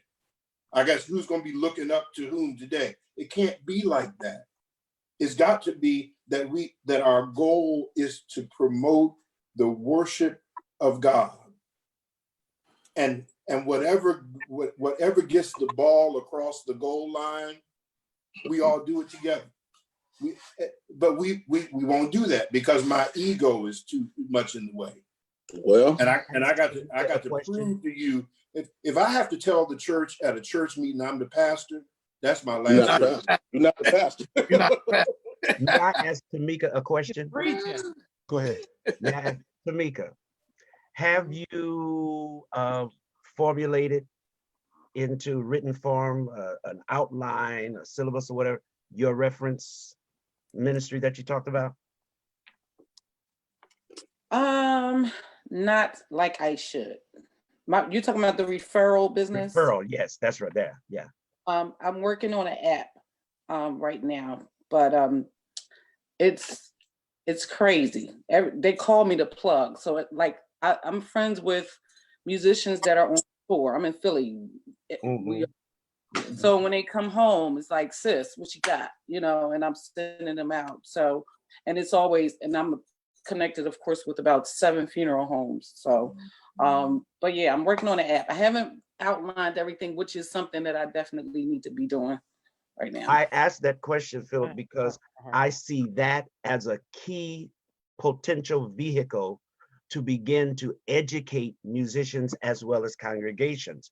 In the 80s, when I met Raymond Wise in Columbus, Ohio, he had the same thing. But here's what he said to me. He would make sure the musicians knew how to play the different songs and what the churches required. He equipped them.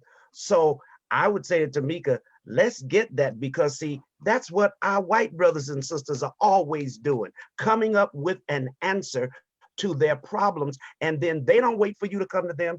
They pitch it to you. They're going to get you some kind of advertisement. And that's what we need to do as people of color. Well, I can tell you in DC, and first of all, I want to say, Tamika, if you need help with that, let me know. And Mike Reed on this, he is the originator. He's one of the originators in DC of church consulting. He's got paperwork already. You need to hit him up. But I want to tell you, Pastor Ron, the reason why consulting is so hard, doing an app, matching people is so hard, is because pastors undercut people. I know it, trust.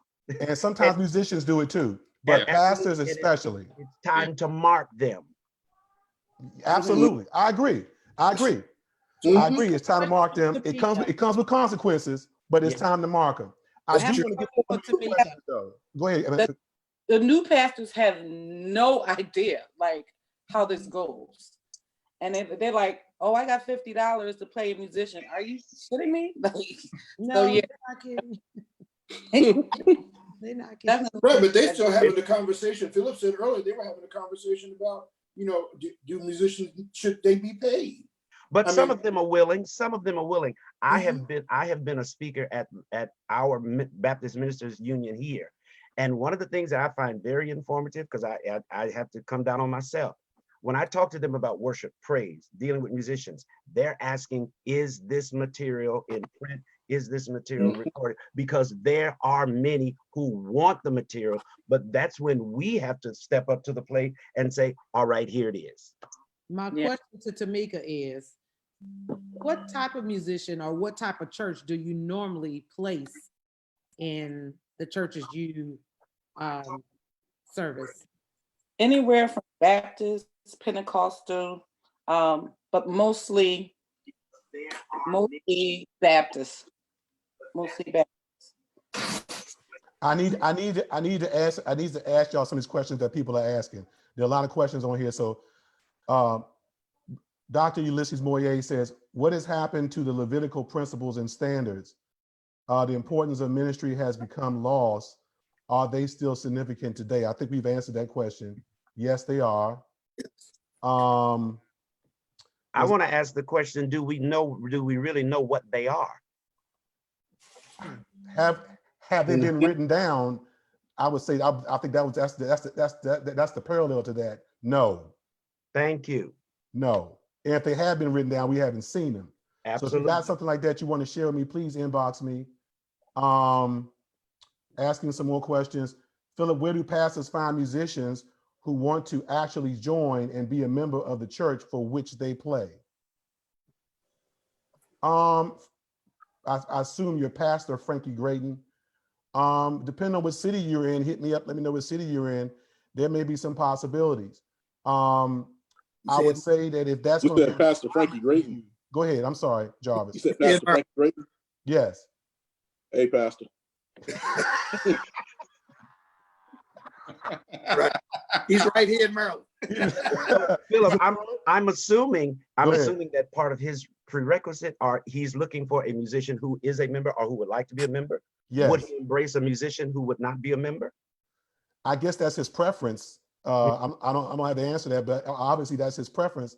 want to be a member. I guess the question that the musician would ask is, what are you prepared? You know, how, you know, what is that relationship going to look like from the other side? You know, Right, if I'm and a I member think of the church, what is that relationship going to look like? Go ahead. I think it's also like what Jarvis was saying earlier, that it depends on that musician buying into or having a heart for that ministry. And so that's going to come with relationship again, and with grooming and with nurturing that musician. And also for the pastor being transparent to share the vision of his ministry and where he sees the future of that ministry going with that said musician, and wanting that musician to be a part of the future of the ministry. And Pastor Mike, it takes time too, because It takes, I need to get to know you, and you need to get to know me. absolutely. And I think it also takes being aware of the musician's skills and limitations. Right. You've got, I mean, and being willing to be honest. Yes. Because there's no point in me. It's only going to frustrate the pastor and the musician. For the pastor to have expectations that the musician can't meet. Right. I mean, and that is part of the dialogue that has to happen at the interview stage. You can't wait till the person is in the position. Absolutely. And now you have these expectations that they had no idea you wanted. I mean, and that's, again, part of my rationale for, I think, in the best world, and I know that there are reasons this may not be so, but in the best of worlds, that the musician, and at very least the minister of music, if there's a staff of musicians, be connected in a way to the church that's more than just passing through. Yeah. And we've, because again, the question asked about the Levitical model. The Levites they were all part of the same thing with the priests. I mean, it wasn't like you could go, you know, to the other temple.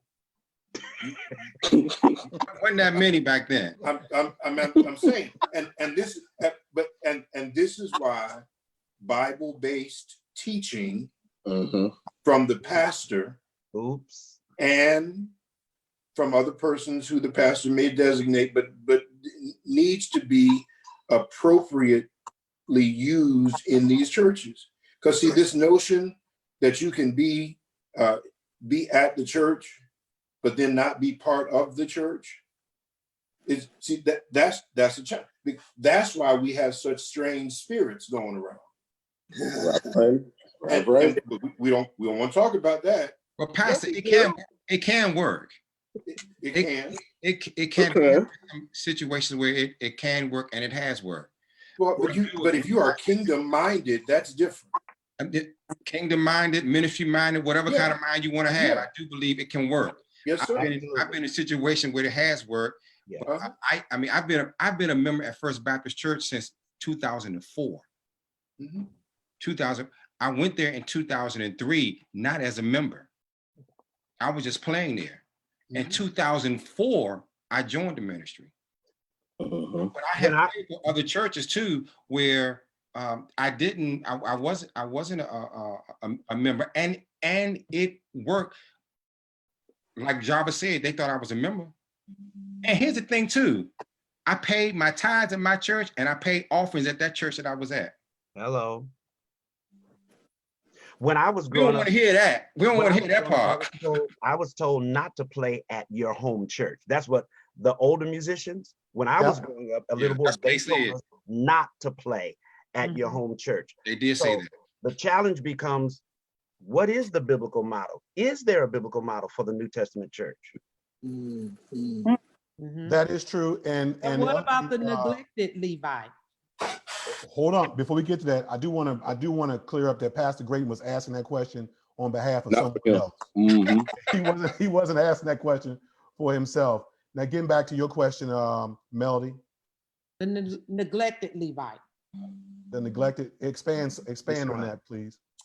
The Levite who was approached by the pastor, who was brought in, did the best that they could, and then they were let go.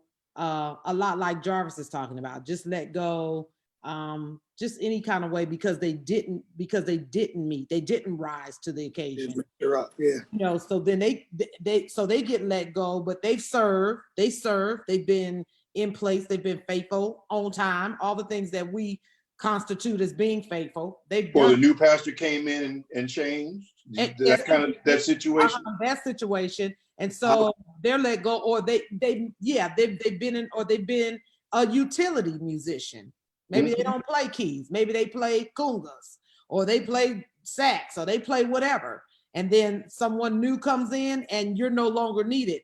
And then, you know, you're smiled at and you're hugged, but then you're let go in a nice little letter from somebody you don't even know, or someone who you don't even know approaches you.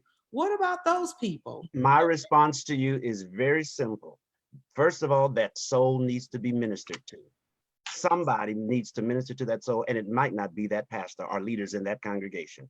That's number one. Number two, there's a saying that says, go where you are appreciated, not tolerated. Sometimes you gotta be tough and step. You walk into your future, and don't depend on the person who let you go. That ain't your future. Go into your next place. I will answer a question. I think it was Pastor Carlos Younger said, why not join the church that you're playing at every Sunday? I think the easy answer, there's a lot of answers, but I think the easy answer for me, because I'm playing at a church I'm not a member of. I do like the church, but there's a trust factor there, and the relationship does change, whether it's for the good or the bad. It does change when you join. There are expectations of you beyond you being the music minister now when you join the church. So those are some key reasons. You know, after a while, if you're going to be there that long, you may want to plant your feet there. Yeah. Some musicians just haven't made the decision, but I do believe that if you're going to be somewhere all the time, you do need to plant your feet there. But initially, there's a trust issue. You don't know what these people are going to do. You know? And you don't know how they're going to act, and you've already seen how they've acted. And because they respect you in the position that you're in, you don't know how. You're leery about how that's going to change if you walk down that aisle, you know, especially if you're getting a certain salary. Yeah, get a preacher hand. And now they feel like, now you are here, why are you still asking us for the same salary? Right. Pastor Phil, I want Go to ahead. elaborate on what you said, and also to what Melody said too. I was asked a couple of years ago to speak at the University District of Columbia about being a minister of music. And one of the first things I told them, you better know that you've been called to do this. Absolutely. Yep. This is not a game. You better know that God has called you to do this. I think if we're honest with each other, we know. I've been in a position where I got let go for no reason. Like you said, I got to let go when a mail came to my mailbox. Faithful, everything, did everything, and was a member. And got let go through the mail. You didn't even have the decency to call me or meet with me in your office. One of the things that's happened in that situation, when I was asked to be a minister of music full-time for the first time, I told the pastor no. He asked me why. I said, because I don't trust church, or I don't even trust pastors. Now, mind you, I got pastors I'm a PK kid. Pastors all in my lineages. I got pastors, bishops, everything. I said, no, I don't trust pastors. 8 months later, I'm very keen on when God speaks to me and it's my own flesh. God said, I didn't tell you to trust pastors. I told you to trust me. I had a great government job. You hear what I'm saying? I'm getting 8 hours of leave. You know, you're doing something good when you've been there for some time, you're getting 8 hours of leave. I had a great government job, no reason to leave. God told me, this is what I called you to do. Don't trust pastors, don't trust the church, you trust me. And ultimately, if you get in that situation, I'm going to take care of you. Yes, sir. I got your back. So ultimately, it happens. We all been in a situation where we got fired, we got let go for whatever reason. But you got to know, many are called, few are chosen. You got to be one of the chosen ones for this thing. Absolutely. Yeah, you do. There's a sister on here named Miss Christina Lopez. She has mentioned several times that we ought to get to know each other. She said, where is the spiritual discernment? There has to be room for that. And she's basically saying that these situations that we have found ourselves in is because of the lack of spiritual discernment. Does anybody want to address that? Yeah, reluctantly, I would say that's an interesting platitude. That's not always the detailed situation. Everybody's not at the same level, and we don't even, in the collective body, we don't even agree on everybody's discernment. Absolutely. Right. So that's again, it's using the God-given human intelligence and wisdom to be fair, to be just, to be equitable. Those are things we need to be mindful of. Discernment, I'm not against it, but everybody's discernment is not godly. Right. The truth of the matter is, it's like marriage, it's like relationship. You don't really get to know people until you spend time with them. Yeah. Right. And sometimes I think it's a question of investment, and sometimes because we don't invest in it, that's why it dies. There's nothing wrong with the people. When they use the image about tying the knot, I mean, you got two good pieces of rope, but the problem is not the rope, because what we're trying to get is the knot, and the problem is not the rope. I mean, and that's the thing. I think even with pastors and musicians, you can be a great musician, and someone else can be a great pastor, but that doesn't necessarily mean that you can work together if that's not the union that God has in mind.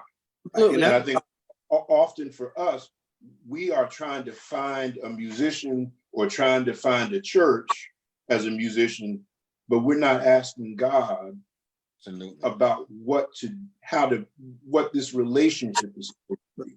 And until we get to the place that we are willing to put God front and center and figure it out. Because I'm telling you, I'm a musician, but I was stressed out when my musician resigned. He resigned because he had a better opportunity. And I'd always said to that musician, if you have a better opportunity, you take it. If you feel God calling you to go, because the thing is, if God sent one, God can send the next one. But I'm telling you, it was stressful not to know who's going to play next Sunday. I just because I'm telling you, I don't play, not on Sundays. And the reason I don't play on Sundays is because Black people have a hard time seeing you in more than one role. That's just the way it is. And so they can see you as their music director, or they can see you as their pastor. And I can't afford for people to see me as the music director, because that's not what I do here. So and we've had Sundays where wasn't nobody playing. But the reason I share all of that is to say that when I had to find a new musician, the Lord had to sit me down and get me together before I could get a musician, because I was worried about who's going to play. And the Lord wasn't worried about that. Rodney Teal was. My God. Yes, sir. Yes, sir. Yeah. And so we got to figure out how to get out of the way so that God can have God's way.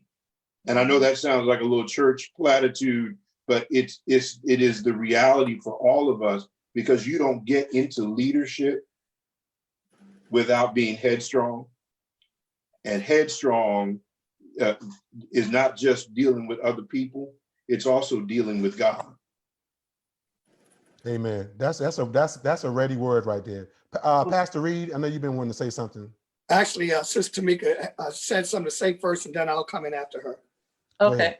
Wanted to go back to what you said. I want to make sure we make it clear, because you said you told your musician if he had a better job, he or she had a better job, then go. I think we have to encourage people to hear God, because you could have a opportunity. It doesn't mean it's a God. It could be a good one, but it don't mean it's a God one. And then that person can go and they could be united with somebody who don't care about their soul, and now they're spiritually dead because they're out there. So I just want to be encourage people, hear God and be led. Because Amen. a lot of these situations and these unions are not working because people are not hearing God. They're just going where it's popular or where they're getting more paper, but it's not working because it's not where God wants them to be. I just want to. And I will add into addition to that, that, you know, prayerfully before, you know, pastors make a decision, that even the musicians make a decision to land at a ministry, that they have been in prayer. They have talked to God. Is this the right person? Is this the right fit? And prayerfully is not just because of the skills that that musician brings to the table, but about his or her life, his or her lifestyle. What do they bring to the table? What are they going to be able to contribute spiritually to the ministry? You know, there are a lot of churches that are out there who that doesn't matter. They have the money, they have the budget, they can hire the most skilled musicians and singers to fulfill a role in their church. But there are other ministries where it matters if I get a musician in there that's a whoremonger that's going to run through my church. So I need to know who I'm hiring as a musician in the church. Then I need to be prayerful about it. And then I need to not, when that person, if that person makes a mistake, that the first mistake they make, they're done and they out the door, because that's where the heart of a pastor comes in, to want to restore that one back to fellowship, first of all, with God, and then get them into a place where they can minister and be effective as a minister in the ministry. So we're almost through with this. First of all, everything has been said has been dead on. This conversation, I believe, has helped a lot of people. There's still 220 people here watching this conversation. Thank you all for hanging in there with us. Prince Yelder, you asked the question. I can't find it. Can you please ask it again? I'm here. I'm reading a lot of important comments. Bishop Bonnie Hunter says it's important to hear God about a musician before because it helps the flow of the spirit. She's exactly right. I do want to say that, Mike, I know Tamika, Pastor Mike Reed, and myself, we've all been consultants or are still in the profession of doing so. We get calls from pastors all the time about musicians. Sure. A lot of the calls are from pastors who don't really know how to explain or articulate what they're looking for. And this is a big part of the problem. So, you know, send me somebody to come play at my church, kind of like what Rodney described, but it can be a little bit more aggressive than that, because it's like, I need somebody now, you know, and they you know, I need somebody that can play for this choir, or I need somebody on second and fourth Sunday. They really don't sometimes I think they don't know to ask for a partner in ministry or for a cohort or for somebody to walk with them. But so we have to dig deep. Our responsibility is to dig deeper. You know, Pastor, what are you saying? You know, does a person have to be saved, or you just want anybody? And sometimes I have heard a few pastors tell me, send me anybody. Yeah, yeah. They want some noise, you know. Because my members are telling me, you know, that I need to get somebody here. So, you know, music in here. Yeah, a lot of that conversation happens at that level where a lot of pastors don't have a vision. They never sat down and thought about what kind of music ministry God wanted in that church. Mm-hmm. And what kind of people do I have here? What kind of person do I want to minister to these people? You know, some of us are in churches where the people are, you know, they kind of rough, they kind of brash. You need somebody with with the kind of spirit that can minister to that kind of a person, those kind of people. Some people they're in high church, you know, you can't bring a ghetto person to a high church situation. You gotta find somebody who can minister to those people, you know, and still bring an Order My Steps in there and tear the church down. And they never knew that they were even having church. You know what I mean? So it's really matching. You know, when from a pastoral perspective, we want you to have a vision when you decide to hire somebody. From a musician's perspective, make sure you interview the pastor too. He's interviewing you. Yes. If you're looking for a shepherd, if you're looking for the interview, what kind of person are you? What kind of family do you have? Yeah. Because if we're gonna make this work, You Yes. know, and this will cure the problem of that'll cure a big problem of this crisis. You know what I'm saying? Just like I said earlier, if my pastor tomorrow called me because of how he's treated me, because of the relationship that we've had, because he's asked about my family, because he's cared enough about me to care about what goes on out, you know, when I'm not on the keyboard. If he called me tomorrow and said, I need to make some, I'm like, fine, let's go, let's make it happen. We're going to get through this together because I know I have a partner in ministry. Right. When I don't have that feeling, and it goes both ways, you treat the situation way differently. So I think, you know, for us moving forward out of this, I want everybody to have some parting words. What is your suggestion for musicians and pastors? That's a huge question. But what is your suggestion for musicians and pastors as we navigate out this out this crisis, knowing that there'll be many changes, some will stay, some will go. What is your advice? What should we be focusing on in the next couple of months as we move forward? I'll start with you, Pastor Reed. On the other side of this, there has to be a meeting of minds between the musicians and pastors. And this relationship that has to be forged has to be a strong one. This is not going to be the last crisis we face. And we need to plan for the next one, or we plan to fail in the next one. So let us come together as musicians, as the word and worship coupled together, and let's build a different type of dichotomy and relationship between the musician and pastor. It has to be different on the other side of this. And I believe God is speaking very clear that he does not want us to go back as status quo, back to business as the way we used to do it.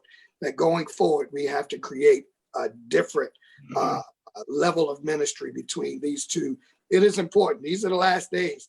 The sons of Issachar knew the signs of the times, and if we are paying attention, we know what time it is, and it's time for us to step up in every area of ministry. And building that relationship between word and worship is essential to where God is taking the church in the future. Melody?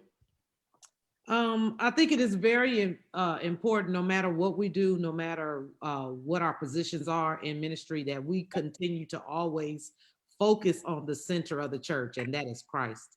And in the midst of this pandemic, in the midst of this season, because it shall pass, that it's going to be real important that along with our horizontal relationships, that we really strengthen our vertical relationship with Christ. We gotta be spirit led. We have to be spirit. We can't do the work of the church with a carnal mind. We have to use the Spirit of Christ. Also, in closing, I'm going back to where Calvin started with us. So what we gonna do? And it's hypothetical. I'm not looking for an answer right now. What are we going to do? What are we going to do? The question that I started out tonight is, how do I help my brother? How do I help my sister? What am I going to do? And I think I'm going to leave tonight making my own personal affirmations about what it is I'm going to do. Who am I going to reach out to?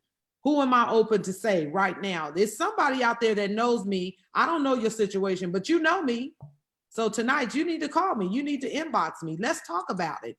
I don't even know how we're going to get pastors in the same room to talk about this, how we're going to build these squares across the top.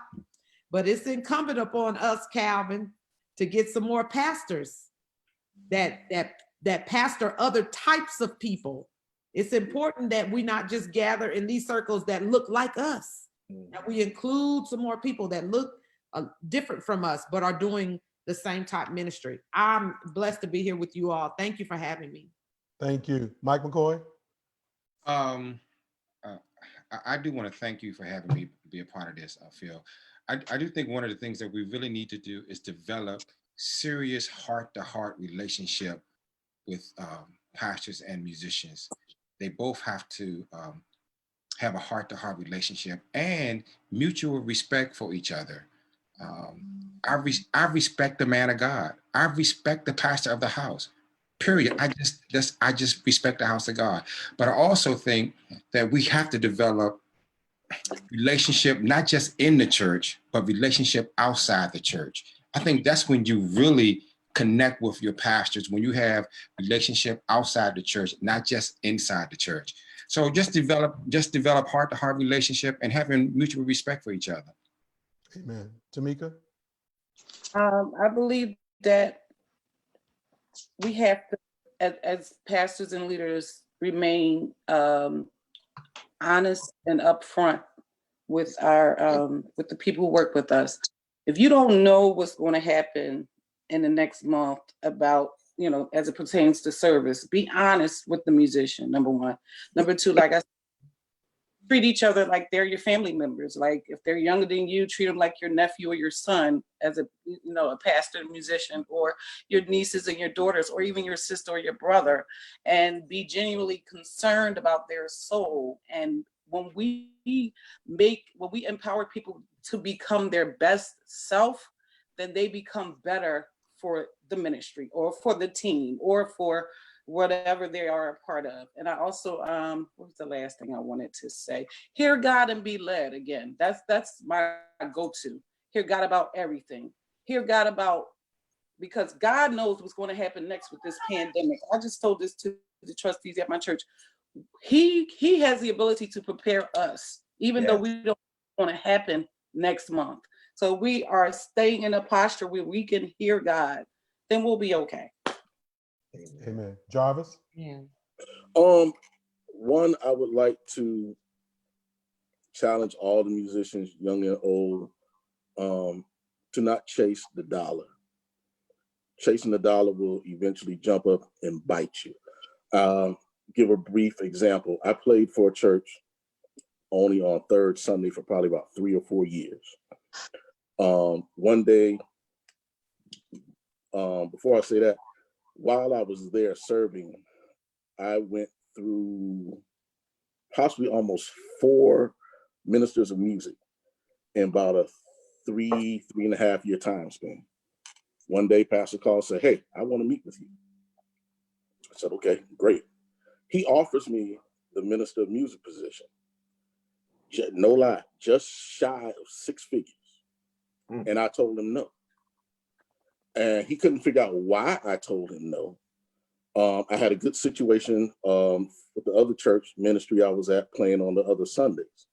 About 3 months later, he did hire a minister of music, and that minister's of music first directive was to fire me, simply because I would not do what he wanted me to do, but I took into account of what I had saw happen previously.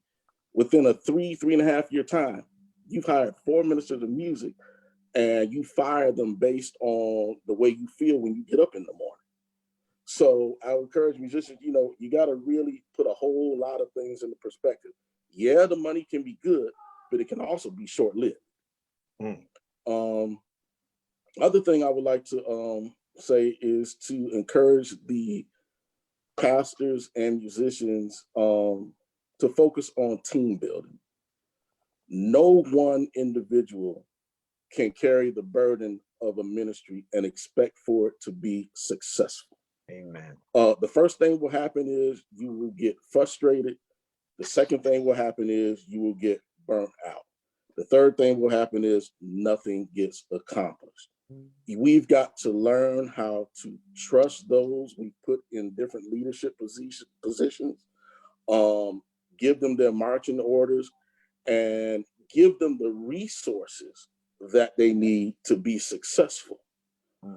If resources are limited, I believe it was Mike McCoy who said it, let's be real about it and work within the limitations that we have and be successful and excellent on that level for where we are.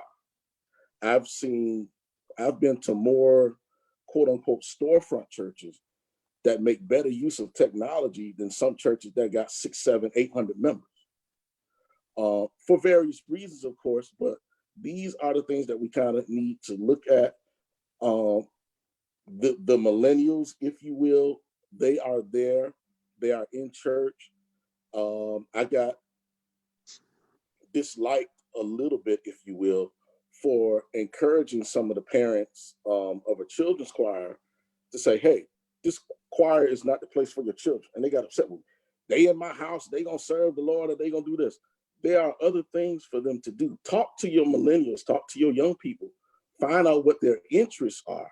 Once you do that, they'll be glad and happy to serve. You got a lot of them that are technological savvy, can hook you up with all these Facebooks and Twitter feeds and all of that stuff. But we do ourselves a disservice by not using what is readily available to us in the house. Amen. And for those of y'all who are in the DMV area, Brother Jarvis is selling fish and chicken dinners on Saturday. He's an excellent caterer. Y'all hook him up. He's a musician. He's got multiple incomes. Inbox him if you want to get some fish and chicken dinners on Saturday.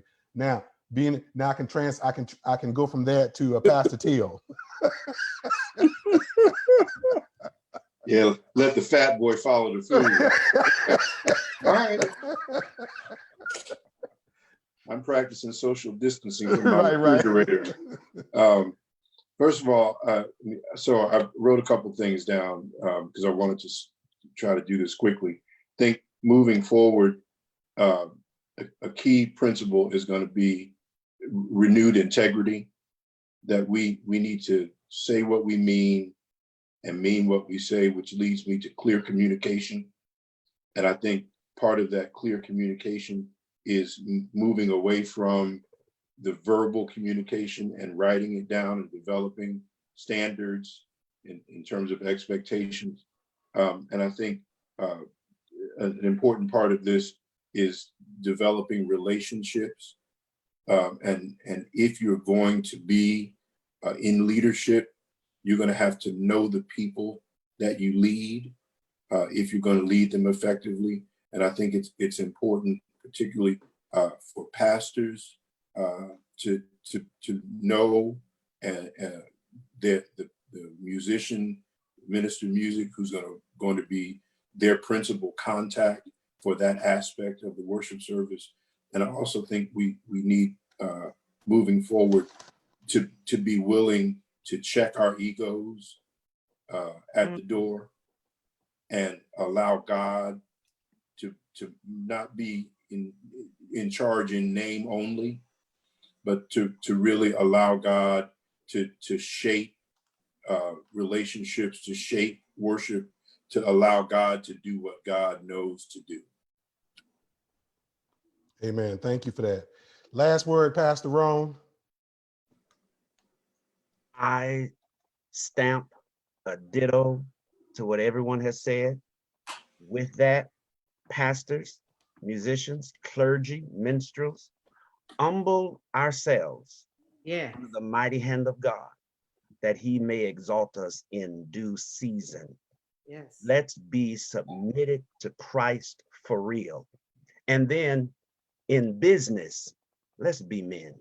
Mhm. Ooh, Lord Jesus. That's a word. Yeah, adulting. Yes, sir. Right, adulting. There you go. Adulting, yes. Before we end, we were supposed to have another guest on here, Kendall King. We were just having problems with getting her on. So Kendall, I want to apologize to you. I wanted to make it even. I didn't want to have a totally male-dominated situation. So hopefully we can do this again, you all, because this is the beginning of something special, I believe, as well as I've heard other conversations. But I wanted to have something real and raw that tried to address as much as we could. I want to encourage those who are on our chat to have your own discussions. We can't possibly cover everything, but have your own discussions. In your discussions, let me encourage you to come with solutions, because we tend to fuss a lot with no real answers. We'll spend 2 hours fussing with no solutions, and people really need to hear the wisdom that you have to offer. So I encourage you to do that. I intend to have another one of these forums with younger people, because I really want to hear them, and I want to mix younger with some more seasoned people, because they have questions for us, and we need to hear what they have to say, and they have wisdom to share as well. And we need to they do have, and I really want to hear what they have to say. The last thing I want to say is education still matters. There were some people on here who play at choral churches, choral environments, And you know, and when Rodney mentioned reading, that really touched a nerve on some people in this chat here. And we do acknowledge that education matters. We, you know, the question is, when did the church stop paying for music education? That's a whole nother form. Reading is And fundamental. the last thing I want to say is pastor, if you haven't called your music department, not just your minister of music, but if you haven't called your music department, call them, ask them how they're doing. Musician, call your pastor, ask him how he's doing or she's doing, because you have no idea. We're going through, but you have no idea what a pastor's going through in this moment. Yeah. Amen. And we need to keep that forefront in our mind when we're having these discussions. We never want to get to a pastor or musician bashing a pissing contest. Yeah. Mm-hmm. God is not in that, Mhm. but God is in the solution, and he's in us. And as Pastor Ron said, humbling ourselves before him and before his people. We're all servants in the mighty army of God. And with that, I want to thank each and every one of y'all for joining this broadcast. Thank you all for hanging with us on the chat. And please, we'll be back and do this again. And I pray and hope that when we come out of this, we'll all be better. In Jesus' name. Thank Y'all you. take care. Thank you so much. Thank you, sir. Bye-bye. Bye, y'all. Right.